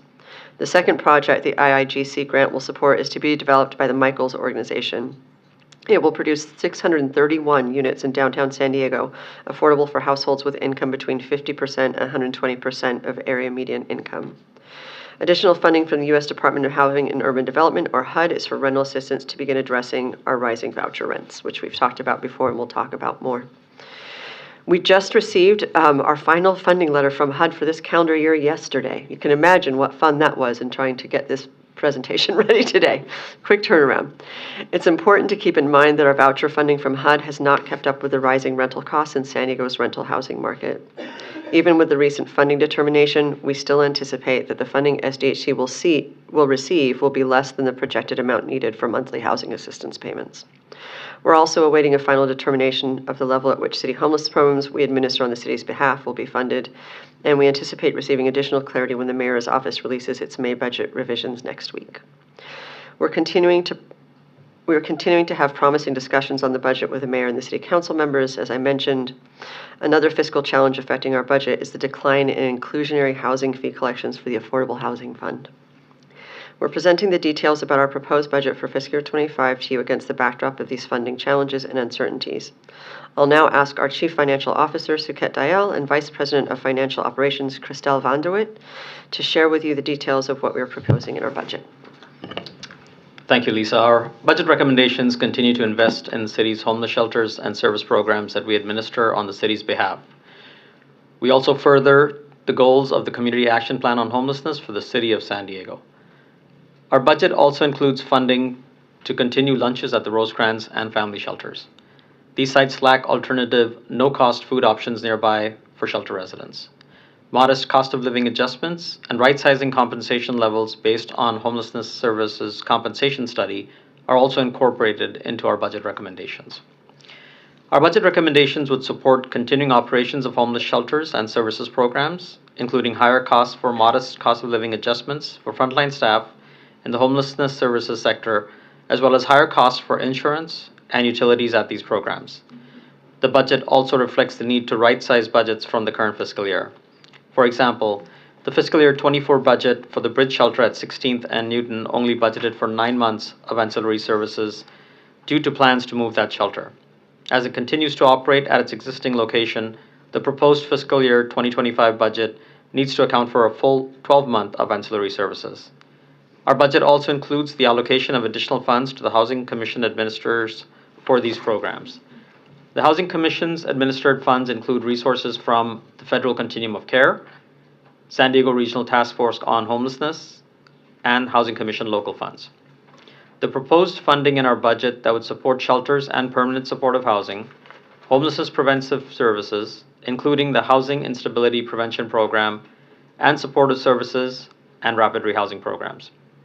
As Lisa noted, we are continuing to have conversations with the Mayor's office to ensure that funding meets the program needs while also considering budget challenges. We anticipate these amounts may adjust as the city finishes its budget process. We anticipate making housing assistance payments totaling $318 million to continue to support 17,000 households with low income in the new fiscal year. This includes special purpose vouchers for vulnerable populations such as veterans experiencing homelessness, people with disabilities, and formerly homeless foster youth. However, due to fiscal challenges, we have not pulled new families from our waiting list for the tenant-based Housing Choice Voucher Rental Assistance Program for more than a year. And we do not anticipate being able to do so in the next several years. We maintain a separate waiting list for our project-based housing vouchers. These are vouchers awarded to specific developments to provide rental assistance for households with low income or experiencing homelessness. The voucher is tied to the development, so when a resident moves on, the voucher remains at the specific development to assist a new eligible project-based voucher household that moves into the property. We anticipate that 431 housing units for which we have previously committed project-based vouchers will come online and lease up in fiscal year 2025. We also continue to provide opportunities for households with lower income to become financially more self-reliant through programs at our Achievement Academy. The Achievement Academy provides programs that emphasize career planning, job skills, job placement, and personal and financial education such as budgeting. These programs are offered at no cost to participants who are households with low income in the city of San Diego. Our fiscal year 2025 budget will need to reflect the realities of the fiscal challenges while enabling us to continue to provide vital housing assistance for families with lower income in the coming year and beyond. As Chair Mitchell mentioned, rents are consistently rising in the city in recent years, so the amount of rental assistance we provide also has increased. The dollar amount of the rental assistance payments we've dispersed rose 52% from fiscal year 2020 to fiscal year 2023. We dispersed $86 million more in rental assistance in fiscal years 23 than we did in fiscal year 2020. As I mentioned, an additional consequence of rising rents in our community is that for more than a year and a half, we have not pulled families from our Section 8 Housing Choice Voucher waitlist for them to begin receiving rental assistance, and we anticipate that being the case for several more years. In each of the past 7 years, we have increased our payment standards to the extent that is financially feasible to assist our rental assistance families to remain stably housed. And we will need to continue to do so to mitigate the impacts of high-cost rental housing markets within the limited funding we have available. The payment standard is the dollar value of the voucher. It is the maximum amount the rental housing voucher will pay towards the contract rent minus the amount that the tenant pays. The amount the tenant pays towards the rent is based on their income. Housing Commission pays the difference between the tenant's portion of the contract rent up to the payment standard. If the contract rent is higher than the payment standard, in accordance with HUD regulations, the tenant pays for the difference as well as their income-based portion of the rent. Higher market rents without raising payment standard may result in a greater rent burden for households and greater risk of them not being able to remain in their rental home. To be able to raise the payment standards to acceptable levels in fiscal year 2025, we must use all of the available federal funding for that purpose. It is also important to keep in mind that 80% of our rental house assistance households have extremely low income. This means they own 30% of the area median income or less, which is roughly $41,000 a year for a family of 4. That's approximately $20 an hour to support a family of 4. This slide shows an example of one of our actual Section 8 Housing Choice Voucher Rental Assistance households and how the payment standards relationship to the market rent affects the household. In this example, the rental assistance household is paying approximately 58% of its total monthly household income, as shown on the slide, towards the rent. The U.S. Department of Housing and Urban Development defines housing as affordable when housing expenses are no more than 30% of the household income. If we do not have federal funding necessary to raise the payment standards, which is the dollar value of the voucher in fiscal year 2025, the rent burden for this household could increase with any amount of an increase to the contract rent. That is because the tenant's portion of the rent includes the difference between the payment standard and the contract rent. Our voucher program serves some of the most economically vulnerable families in our city. Our efforts to keep the payment standard as competitive with the market rents as we can within the funding that we have are critical for housing stabilization. We're discussing these demands and limitations on Housing Commission resources to reinforce the reality that we simply do not have reserves or discretionary funding available to make up for the $24 million cut in the city's funding for homeless programs that we administer. To provide deed-restricted affordable housing, our proposed budget includes $10 million to be awarded to developers through a competitive notice of funding availability, or NOFA, to create approximately 100 new affordable rental housing units. We will be expending $87 million in state, county, and city funds towards the acquisition and rehabilitation of affordable housing properties through the state's Home Key program, as the previous item. The state already has announced award of the funds to the Housing Commission for these properties, and we'd like to thank the city and the county for committing funds to make these housing opportunities a reality. Our budget will also include funds for required repairs, maintenance, and safety measures at affordable housing units the Housing Commission owns or manages. The average age of the properties in our diverse real estate portfolio is 45 years old. These properties have existing needs that involve cost of repairs and replacement beyond ordinary maintenance. This includes approximately $5 million to ensure elevated surfaces, such as balconies and stair landings at our affordable housing properties, remain safe and in accordance with state requirements. The amount needed for this effort is likely to increase. A recently completed inspection at just one of our properties estimates the needs for $1 million for the balconies at that property alone. Funding for continuing our projects to increase the density at our Casa Colina project to create additional affordable housing, as well as funds to assist first-time homebuyers and to finance construction of accessory dwelling units, are also included in our budget. These funds for the Casa Colina densification project were awarded by the state specifically for that project. At a joint meeting on October 3rd, 2022, the County Board of Supervisors and the City Council approved a resolution expressing their intent to take action to increase the availability of affordable homes in San Diego. That resolution specifically included increasing the density at affordable housing properties the Housing Commission owns or manages. The budget also includes $1.5 million for the creation of ADUs or accessory dwelling units as affordable housing for families with lower income. The ADUs would be required to have rents affordable for households with low income for 7 years, thus increasing the supply of affordable housing in the city. This slide shows our proposed funding uses compared to the fiscal year 24 budget. As discussed earlier in our presentation, our budget this year includes approximately $134 million in one-time funding sources that are earmarked to specific activities. The proposed increase in personnel costs reflect an increase of 9 additional full-time equivalent staff positions in fiscal year 25. It also partially reflects potential cost of living adjustments and increases in credits towards insurance for employees in fiscal year 25. The primary addition of new staff for the Housing Commission is to directly provide property management services in-house for 2 properties acquired with state home key funds to create affordable housing with supportive services for people experiencing homelessness. Our in-house property management would be instead of contracting with a third-party property management company, as currently practiced at our properties we previously acquired with home key funds to provide permanent supportive housing. Moving the property management in-house will result in cost saving with improved service levels for our families.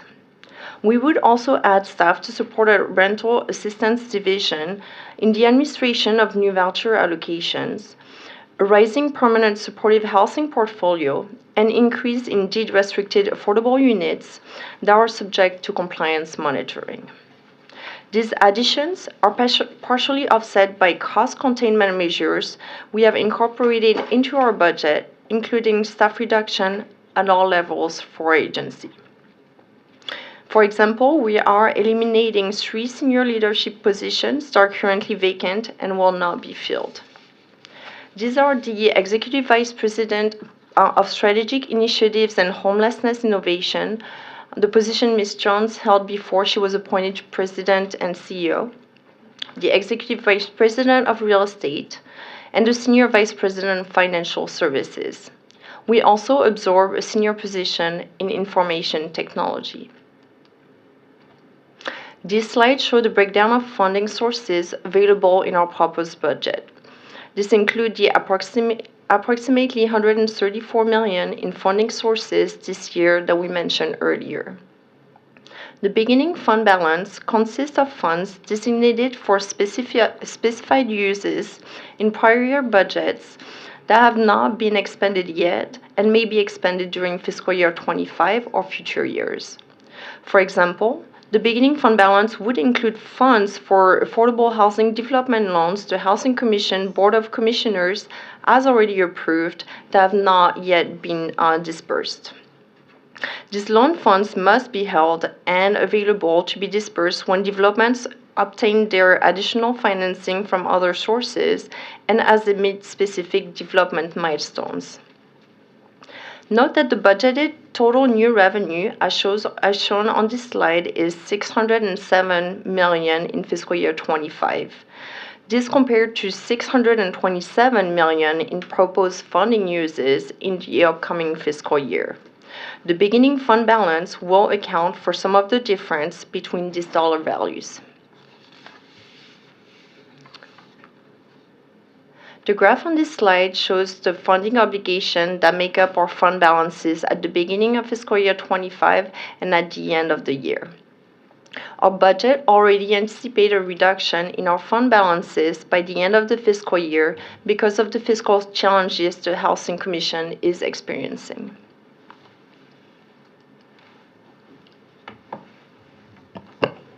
We understand the city is in the same difficult financial position as the Housing Commission that will require hard decisions with limited resources. We are providing recommendations in our proposed budget that will enable us to continue providing the housing assistance that so many families with lower income rely on, keeping people in their homes and off the streets. At the same time, we're exercising financial prudence and our core value of being good financial stewards. The staff report for today's item was distributed before we received our funding letter from HUD. As a result, the dollar amounts in our presentation today differ slightly from the staff report. The staff report will be updated before the presentation to the Housing Authority for final action in June. So we're asking today for you to take the staff recommended action detailed in the staff report, but the total budgeted amount in the staff recommendation number 1 has been revised to $721 million. That concludes our presentation. Just real quick, the budget for finance team is our Super Bowl, and the team really came together. I do want to thank everyone on the finance team. This was a very unique budget, and it was actually the entire agency. Every department had to come together for this one. So appreciate the leadership of Jeff and Lisa and the entire agency for this. Thank you. Thank you very much for the presentation. We do have one speaker slip, Mr. Kett, so I hope you're ready. Joyce Nyata? Chriselle's like, okay, hang on, let me open up a couple of slides. Hey, Joy. Hi. Great meeting. Thank you for the conversations earlier. You're the best. I still am trying to take that in, that dialogue. So wonderful. Joyce Nyata, District 3. Chair, you said something beautifully and so practical and right on point. Comprehensive plan and collaboration. So those are two great words. Hey, yes, we're about people.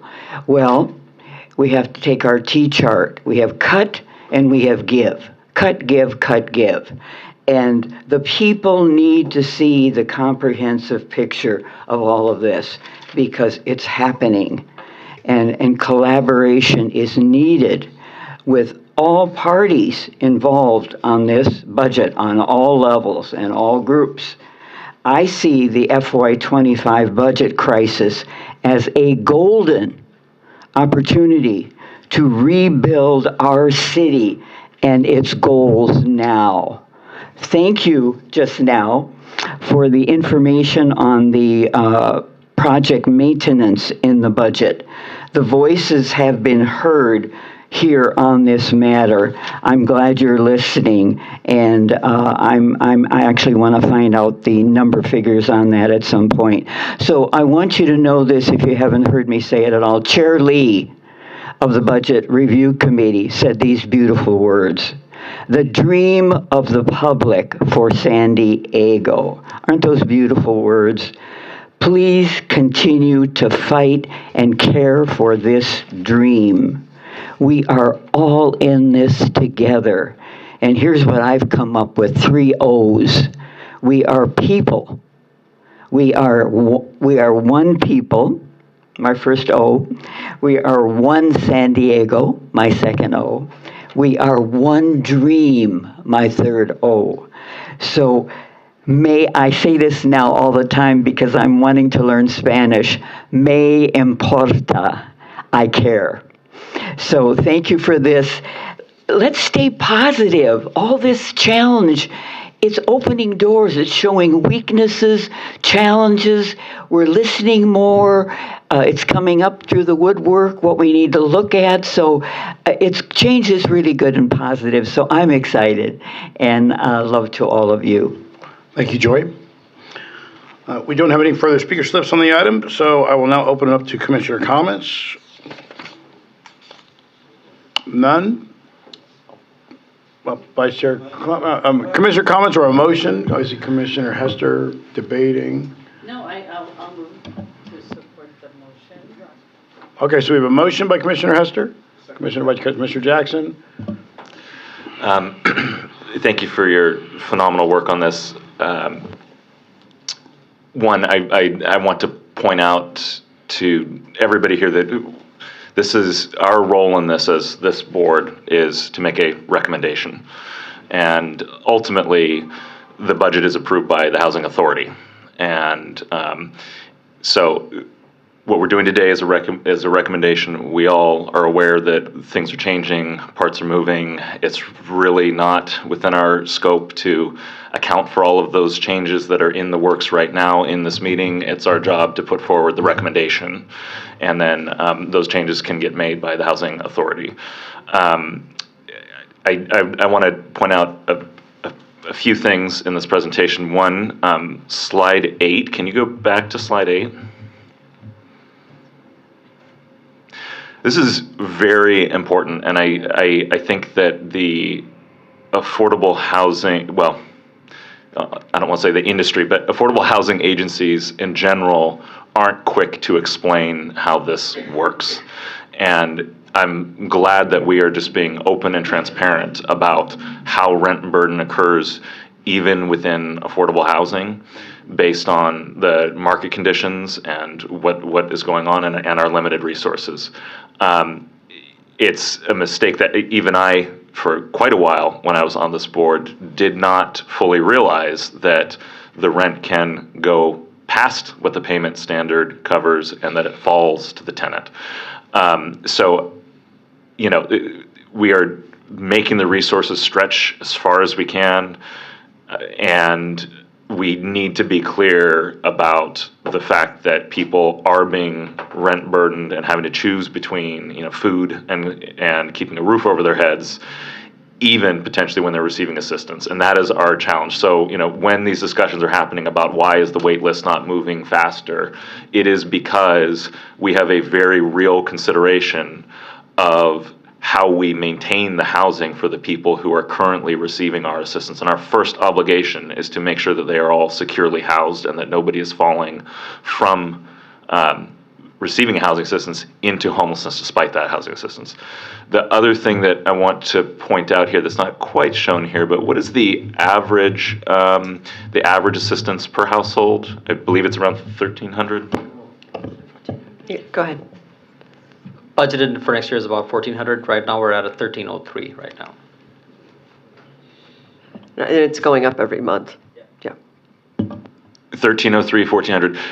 Does anybody here know off the top of their head? And that's per household, right? Yeah, 1,332 in February actually. So. what's our average number of people within a household?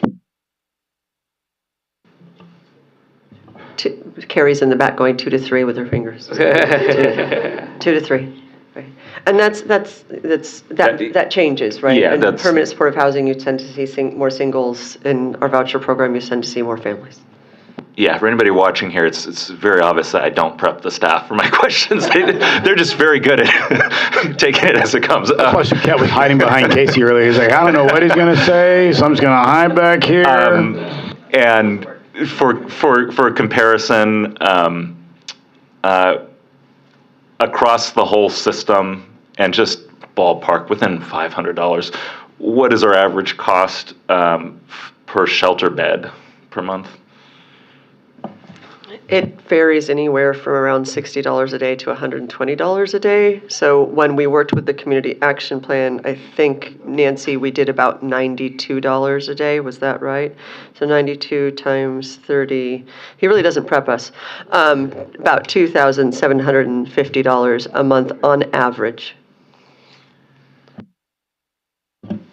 In no way do I want that comparison to suggest that we don't need shelter or that shelter isn't worth it, but I think this is counterintuitive to a lot of people, including policymakers who are in the middle of this subject. There are very good and honest, inescapable reasons why shelter is more expensive. And I will also point out, so in addition to being twice as expensive, that is a comparison of a single bed versus what it costs per household, which is more than 2 people. So keeping people out of homelessness is not only the best approach from a moral and humanitarian standpoint, it is the best fiscal policy. It makes the most economic sense. It is the cheapest route. The most expensive route is to allow homelessness on the street to grow, and right behind that, it is extremely expensive to be sheltering people in short-term facilities that are not built to function as housing. And so there is no escaping the number of people who are falling into homelessness and are on the street, and we do need shelter to address that. That is critically important. This is not a choice between these things, but housing assistance and coming up with more housing resources and stretching these resources as far as we can is the absolute hands down best policy approach on this subject. The last thing I wanted to say was that I very much appreciate everything that all of our staff do across. This is such important work, and it's such difficult work, and it requires so much energy and attention and dedication. And I realize that we are facing staffing cuts, and I appreciate that the senior leadership has started with those cuts at the top of the organization. And I also recognize that that means that people's workloads are expanding. Those of you in leadership positions who already have an enormous amount on your plates are having to take on additional responsibilities, learn new skills while maintaining your current workload. You are taking a lot on. I think it's incredibly important anytime we're facing a budget shortfall where there are going to be staffing changes that we lead by example, and without anybody having to suggest that to you all, this is the first time I'm seeing that was when I got this presentation. I appreciate that, and I recognize what comes with that, but I think that is the right thing to do. So with all that said, I'm happy to support this budget. Thank you. Well said, Vice Chair Klumpner. I'll just add one thing that I think the thing that you pointed out that we all should remember, and it was the most important thing for anybody watching this, is the comparison of shelter costs versus, so it was $27.60 versus $13.30. That's it, right? So prevention, keeping people from being on the streets and in shelters is what we should be doing. It's a no-brainer, and I do think the 58% rent burden, HUD suggested 30%. I hope HUD starts to realize that this market is different than markets in other parts of the country, because that in my opinion, is the greatest failure for the federal government, is that San Diego and most of California is far different than the middle of the country, and that should be reflected in how they analyze the situation as it relates to vouchers and support. So with that, we have a motion, and I want to just remind everybody, as Vice Chair Klempner, this is our recommendation. I'm glad the budget talks have gone well. Please, I commend you and the team. Mr. Cushman, I think you were gonna. I was just going to add, Mr. Chairman, that when you see that 58% number, that's why 12 years ago or whatever it was, you called and said, we've got to save the food bank. Because unfortunately, those are our folks. When you take what they can afford, which is 30%, you move it to over 50, they're at our food bank. That's right. That's why you have a food bank today, because Mitch said we got to save the food bank, or there would be none. I appreciate that, Mr. Cushman. We knew what we had to do, and today we're really proud of the food bank. But you're right, the lines are longer now by individuals and families because of that 58%. By 10 times. We thought back then we were feeding 350,000 a month. We thought it'll never get worse than this.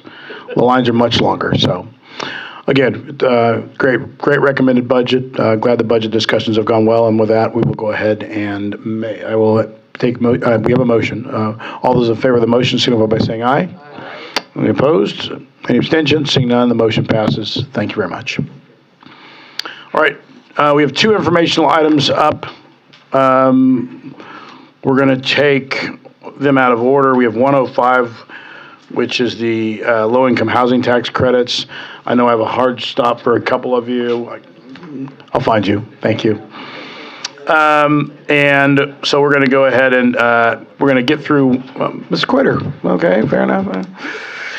We're going to go ahead and get through this item 105, then we're going to go to item 104, and then we're going to go into closed session so that we can try and get everybody out of here. All right? With that, you know the drill. Hello. Good morning, Commissioner, Chair Mitchell, and Commissioners. I'm here with Lenny Gavino, Principal with Kaiser Marston Associates. We'll be presenting information on the state's tax credit program. I'll start with a high-level overview, and then Lenny will take over to go through the specific program details. As you all are aware, tax credits are key financing components of the projects we present for approval. New construction and rehabilitation deals all benefit from tax credits by developers selling credits to investors to raise equity for affordable housing rental projects.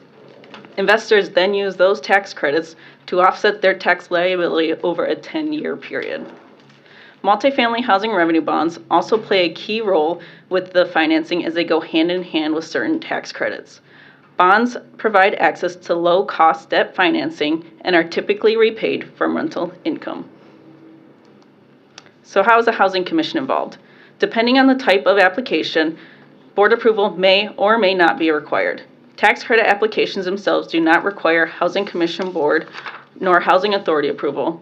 However, if the Housing Commission awarded a residual receipts loan through its Notice of Funding Availability, NOFA, the project will still go forward for loan approval.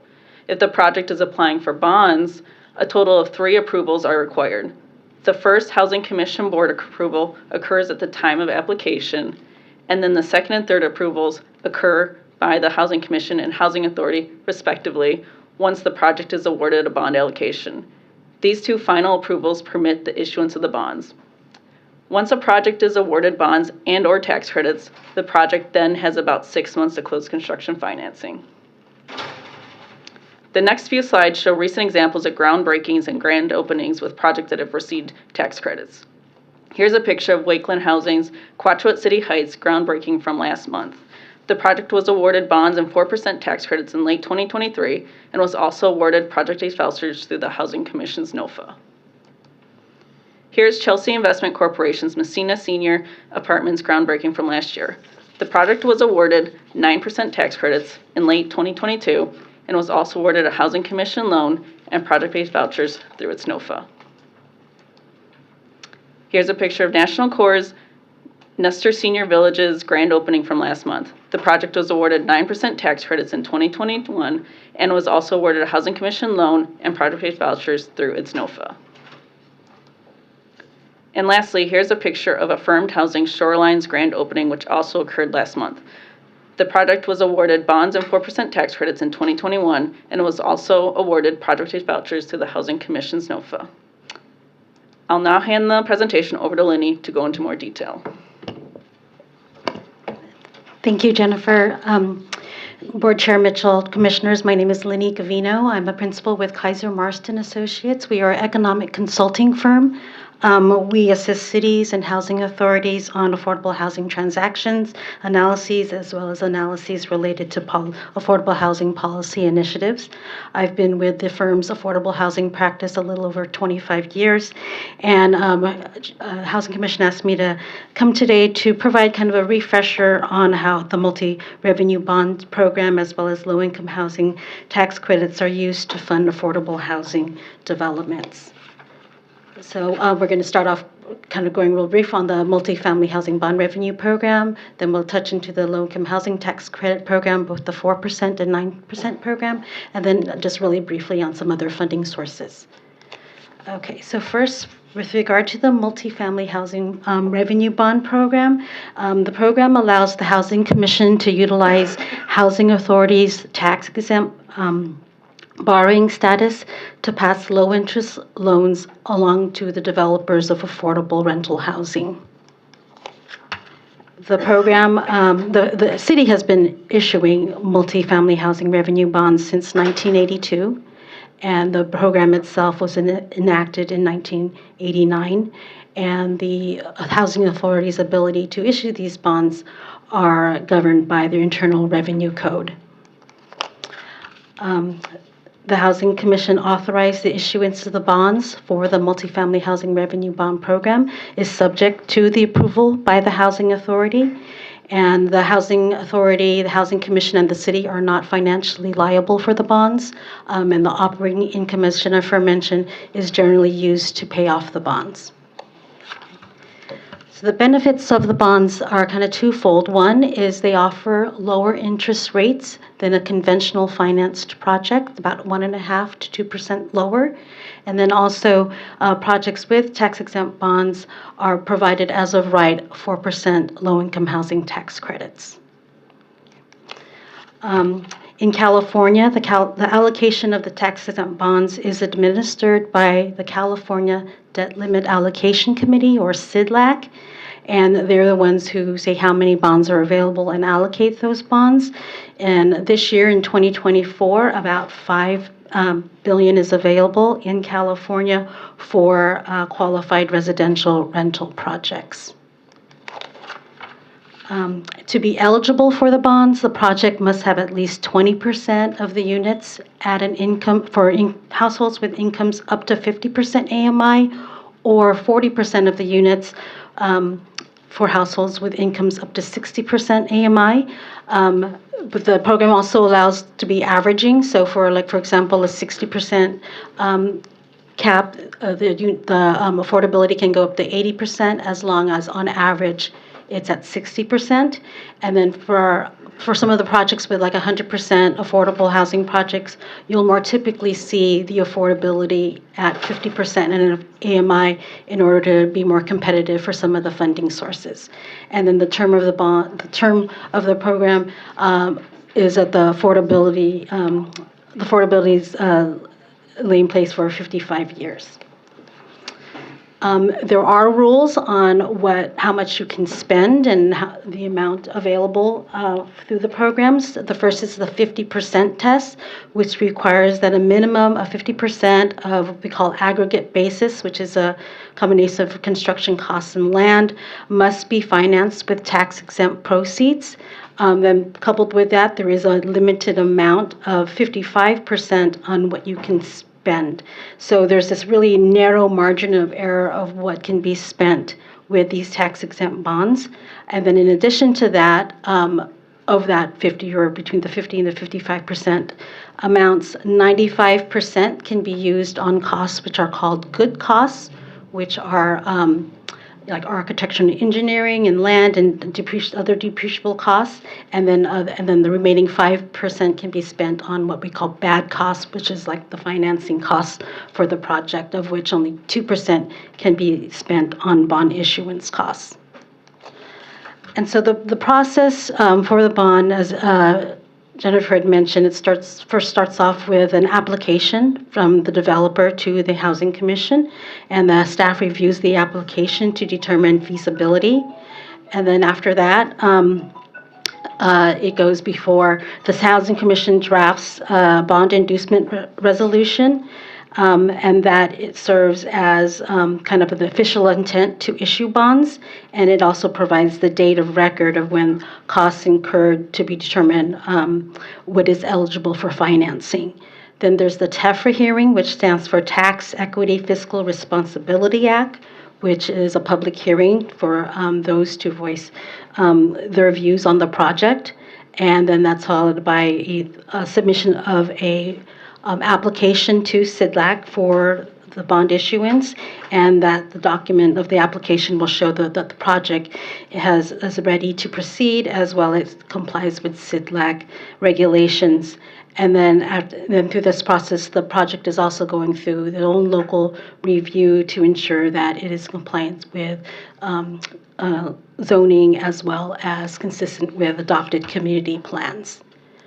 And then the bond projects are monitored on an annual basis. Reports are submitted to SDLAC to ensure that project incomes and rents are in compliance, and those the Housing Commission works with the borrower to prepare those reports, and then they are submitted by the Housing Commission.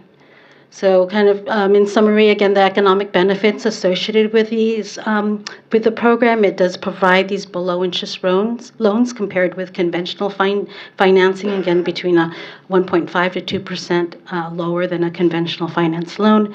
And then projects that do receive bonds qualify for a low-income housing tax credit of 4%. Okay, so with that, I'll turn over and I'll start talking about the low-income housing tax credit program. So the tax credit program was established by the Tax Reform Act in 1986 and then became permanent in 1993. And it provides a dollar-for-dollar reduction in the tax liability for investors. And that's different from a tax deduction, for example, which is a reduction in one's taxable income. So the tax credit is a dollar-for-dollar reduction. The program is administered through a competitive process with the California Tax Credit Allocation Committee, or TCAC for short. And there's two types of tax credits. There's the 4% tax credits we've just talked about, which are used with tax-exempt bonds, and then the 9% tax credits, which is more competitive and provides for a larger subsidy. So this table provides a kind of side-by-side comparison between the 4% and the 9% program. On the left is the 4% program, and the first kind of row there is what we've been mentioning, is that projects apply for a tax-exempt bond from SDLAC, and then if they are awarded, they are automatically receive a 4% tax credit allocation. On the right side, for the 9% program, those tax credits are competitively awarded. So projects submit an application to TCAC. In almost all cases, that application has a perfect score, and it just comes down to a tiebreaker as to whether or not the project will get an award. The tax credits are sold to an investor, and that in exchange for equity towards the affordable housing project, and then the tax credit investor is a co-owner in the project as a limited partner, and the benefit of the tax credits. So for the 4% tax credit, it will cover about 40% of the project's depreciable costs, and then for the 9% tax credit, it covers about 90% of the depreciable costs.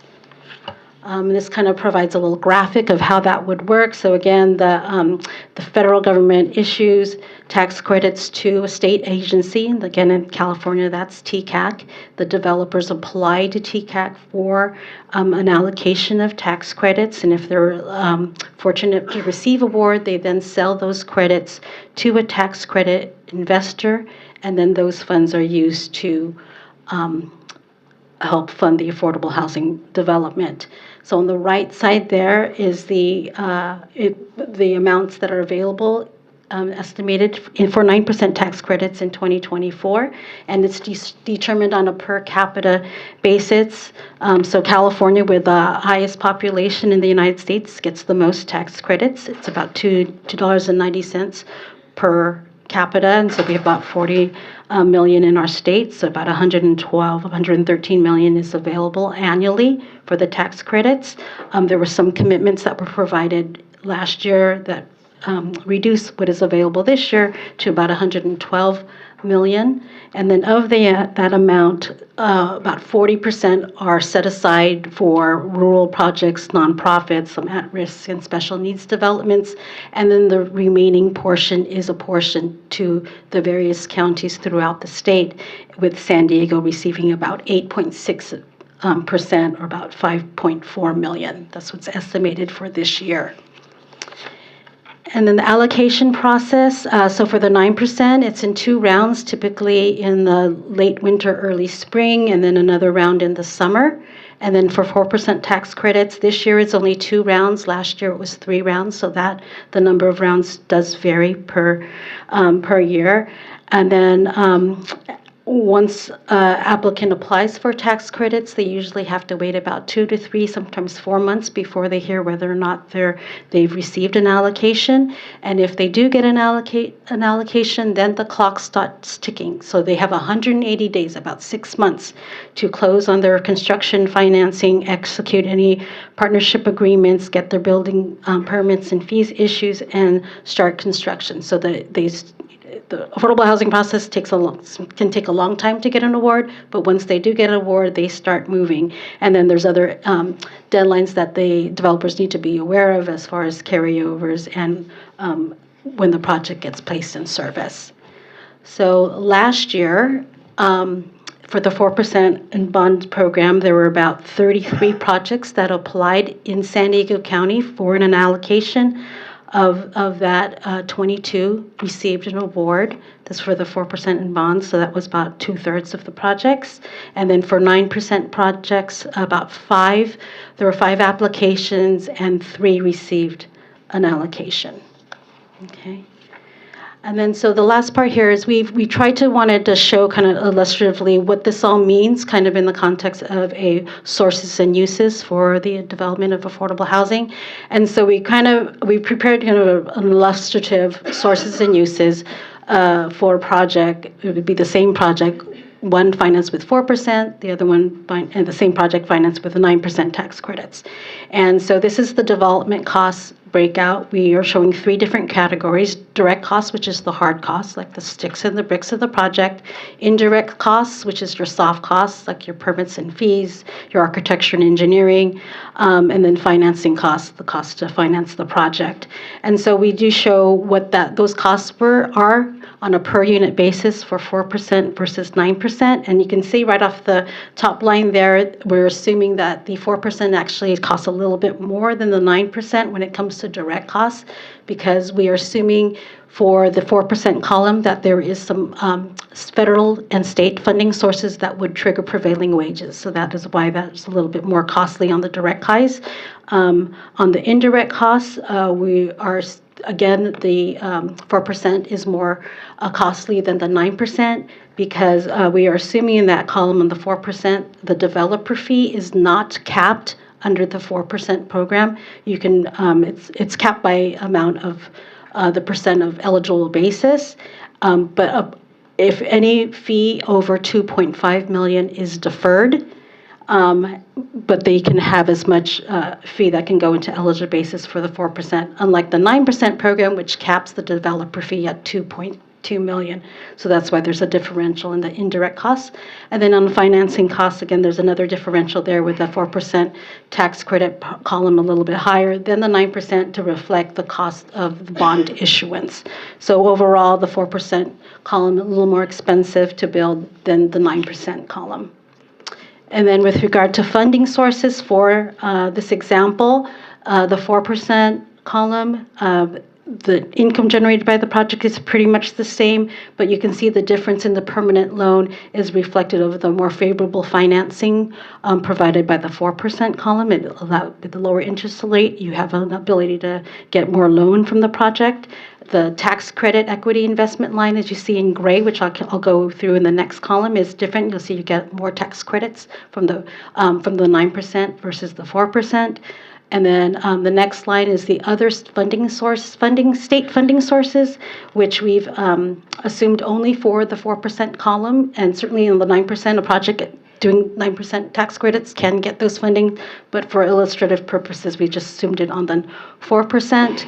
And then again, there's that deferred developer fee that I spoke about that the 4% project would have to have, and then the local gap contribution, which would be funding from a local source such as the Housing Commission, the city, or even the county.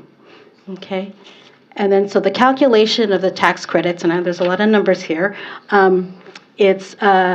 It's all formulaic on how much tax credits are yielded to the project. So the very first line is eligible basis. So that's the funding sources that can be, the development costs that can be used towards calculating the tax credit. And then the second line there is voluntary credit adjustment. And you'll only see that credit adjustment on the 9% tax credit. And as I mentioned before, so for 9% tax credits, almost everybody submits an application with a perfect score. And so it's up to how you tweak the project to get tiebreaker points. And one of those tiebreaker points is this for a 9% developer to request less tax credits than they're entitled to. And so in this example, we are assuming that they're not going to ask for 30% of the tax credits that they can have and to improve their tiebreaker score. And we typically see that being like 30 to 45%.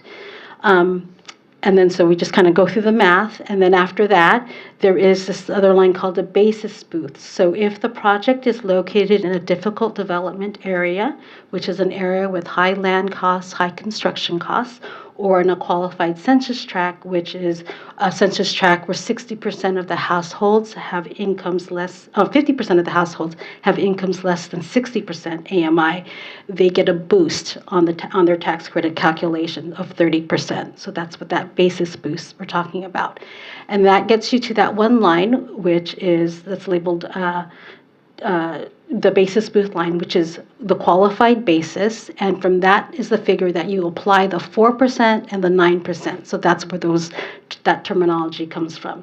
You use that 4 and the 9 to calculate how much the annual tax credit is. And so in this case, the 4% column gets an annual tax credit of $27,000 per unit, and the 9% an annual tax credit of $41,000 per unit.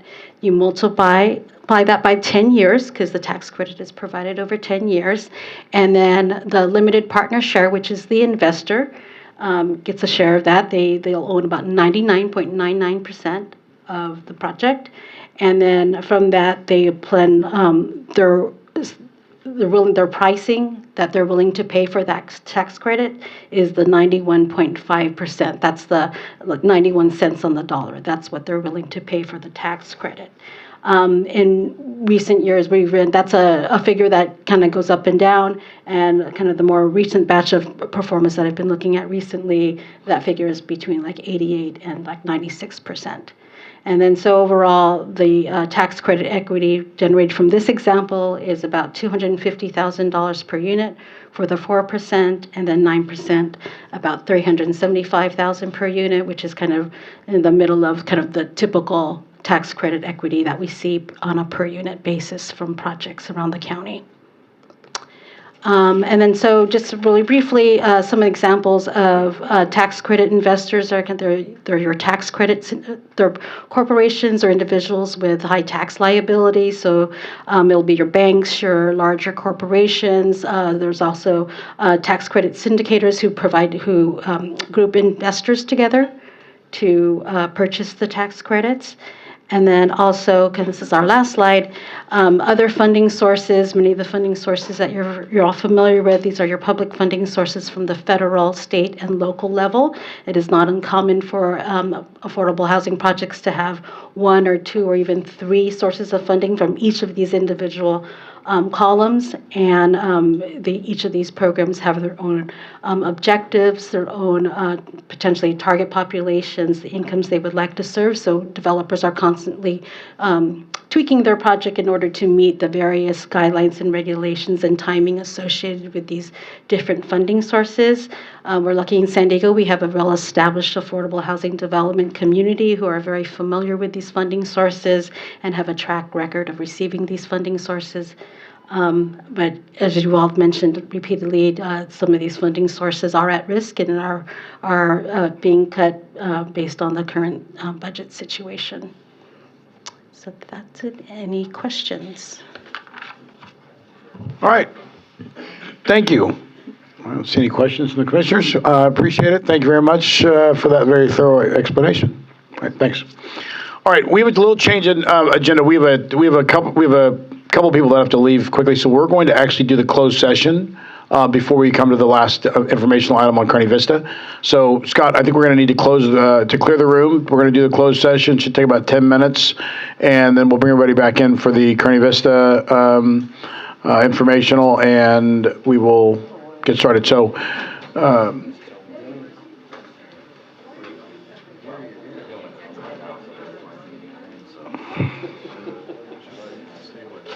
Yes. Chuck, okay, so the board will be meeting in closed session today. Mr. Christensen, will you please announce the closed session agenda for the regular and special board meetings? Yeah. Yes, I will, Mr. Chair. The Housing Commission will meet in closed session to discuss its closed session agenda, which is comprised of Roman numeral 4A, which is 2 pending litigation matters, and Roman numeral 4B, which is conference with labor negotiator. Thank you very much. As soon as the no speaker slips have been submitted for the closed session agenda, well, we had 3 that were submitted and that went early. So we have heard from those speakers. We're going to wait for a moment to clear the room, and then we will begin.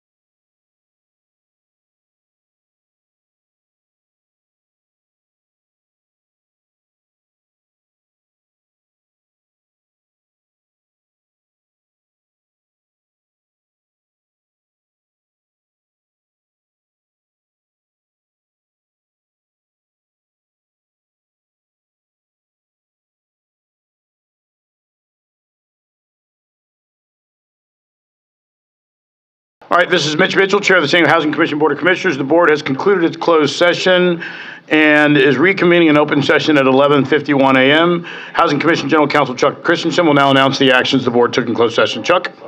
Thank you, Mr. Chair. The Housing Commission met in closed session and discussed its closed session agenda, including items Roman numeral 4A and B, both litigation matters. That matter was informational only.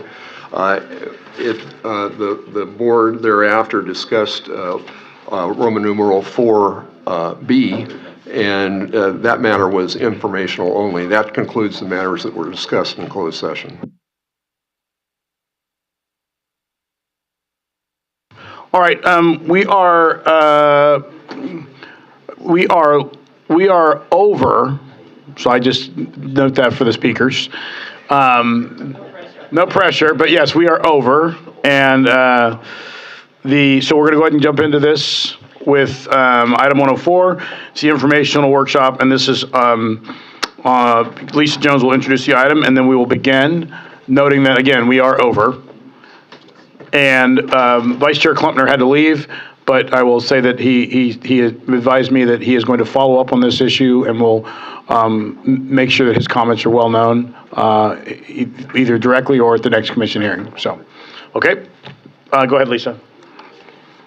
Thank you. And yes, several of the commissioners have shared that they will be watching the recording online, but staff will also be available to provide individual briefings if you'd like as well. At the board meeting last month and earlier today, you heard from several individuals who spoke with passion and concern for themselves or the people they know who reside at Kearney Vista Apartments. I want to acknowledge that it can take significant effort and courage for speakers to come to the board meeting and address the board. I also thank the board for your concern and your interest in obtaining detailed information about the condition of the property. As Ms. Sunyata actually mentioned earlier, our motto is "We're about people." As an agency, our intention is to live and breathe that and to demonstrate that in the work we do. And I know in what I see in the efforts of staff every day that we make that effort and that we have compassionate, dedicated staff and partners that support us in that goal. But that doesn't mean that challenges don't occur or that the families we serve may always perceive our efforts that way. We take seriously the issues the speakers raised last month and today, and we immediately looked into those issues last month when we heard about them.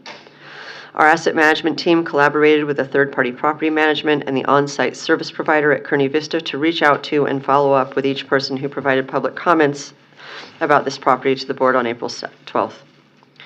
We will not be able to share publicly with you today specifics about any individual residents because of privacy protections for them in federal law and the state constitution, and we want to respect their privacy rights.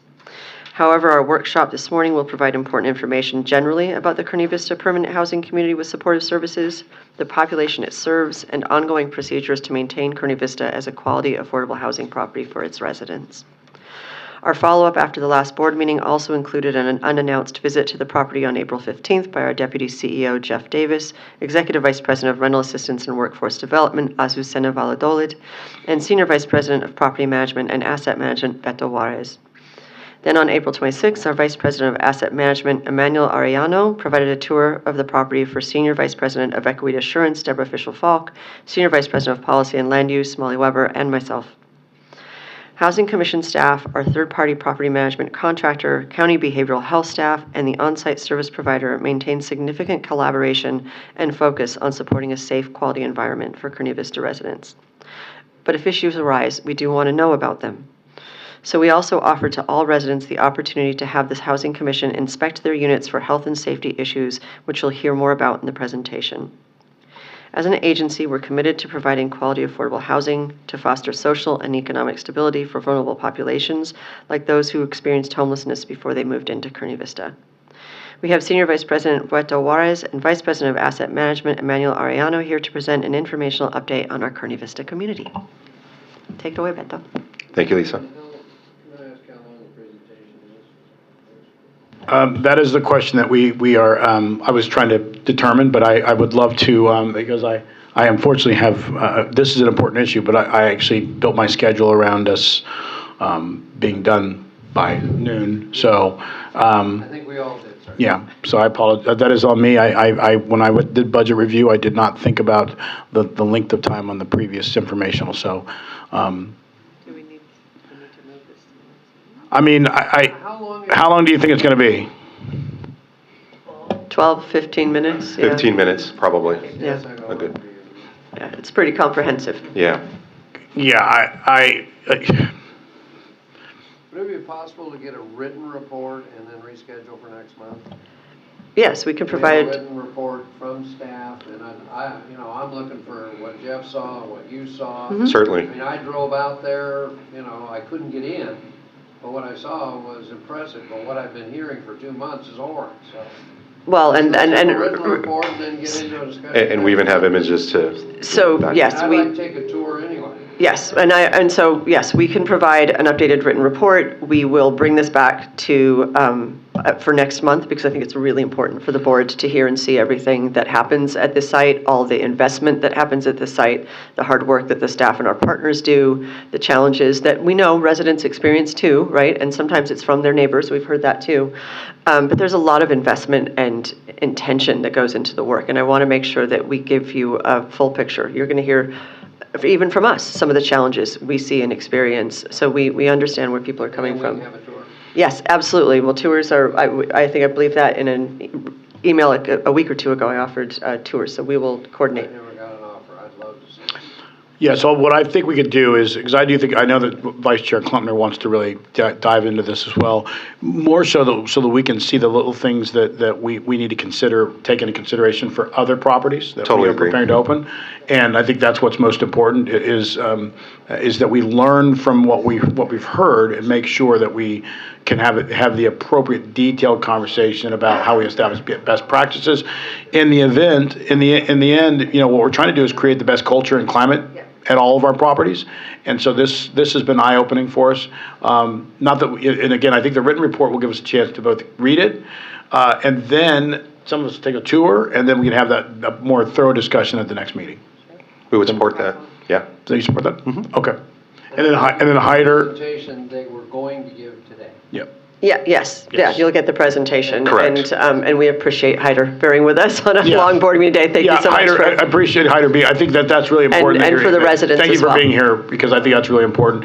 And again, I think the other thing is Commissioner Jackson had an interest in this, Commissioner Vasquez had an interest in this, and Commissioner Klumpner, as they both all were here. We were all here for the last meeting.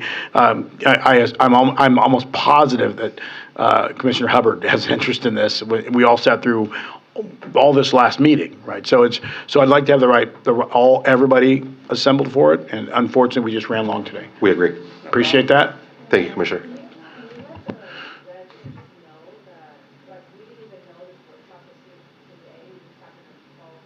Yes. So Lisa, what I would say is the only informational workshop on the next agenda should be this one.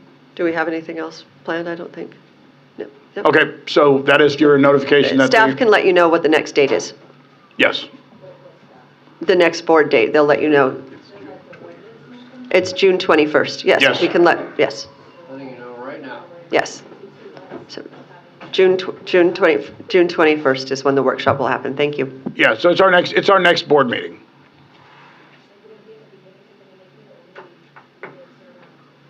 I don't know what the agenda looks like, but we always do the informationals at the end. We will make a determination, and you'll see the agenda. We'll do our best. We'll do our best. Okay. All right. With that, it is 12 noon on the nose, and that concludes today's Housing Commission hearing. Thank you very much. Good job, Mr. Chairman. Right on time. Right.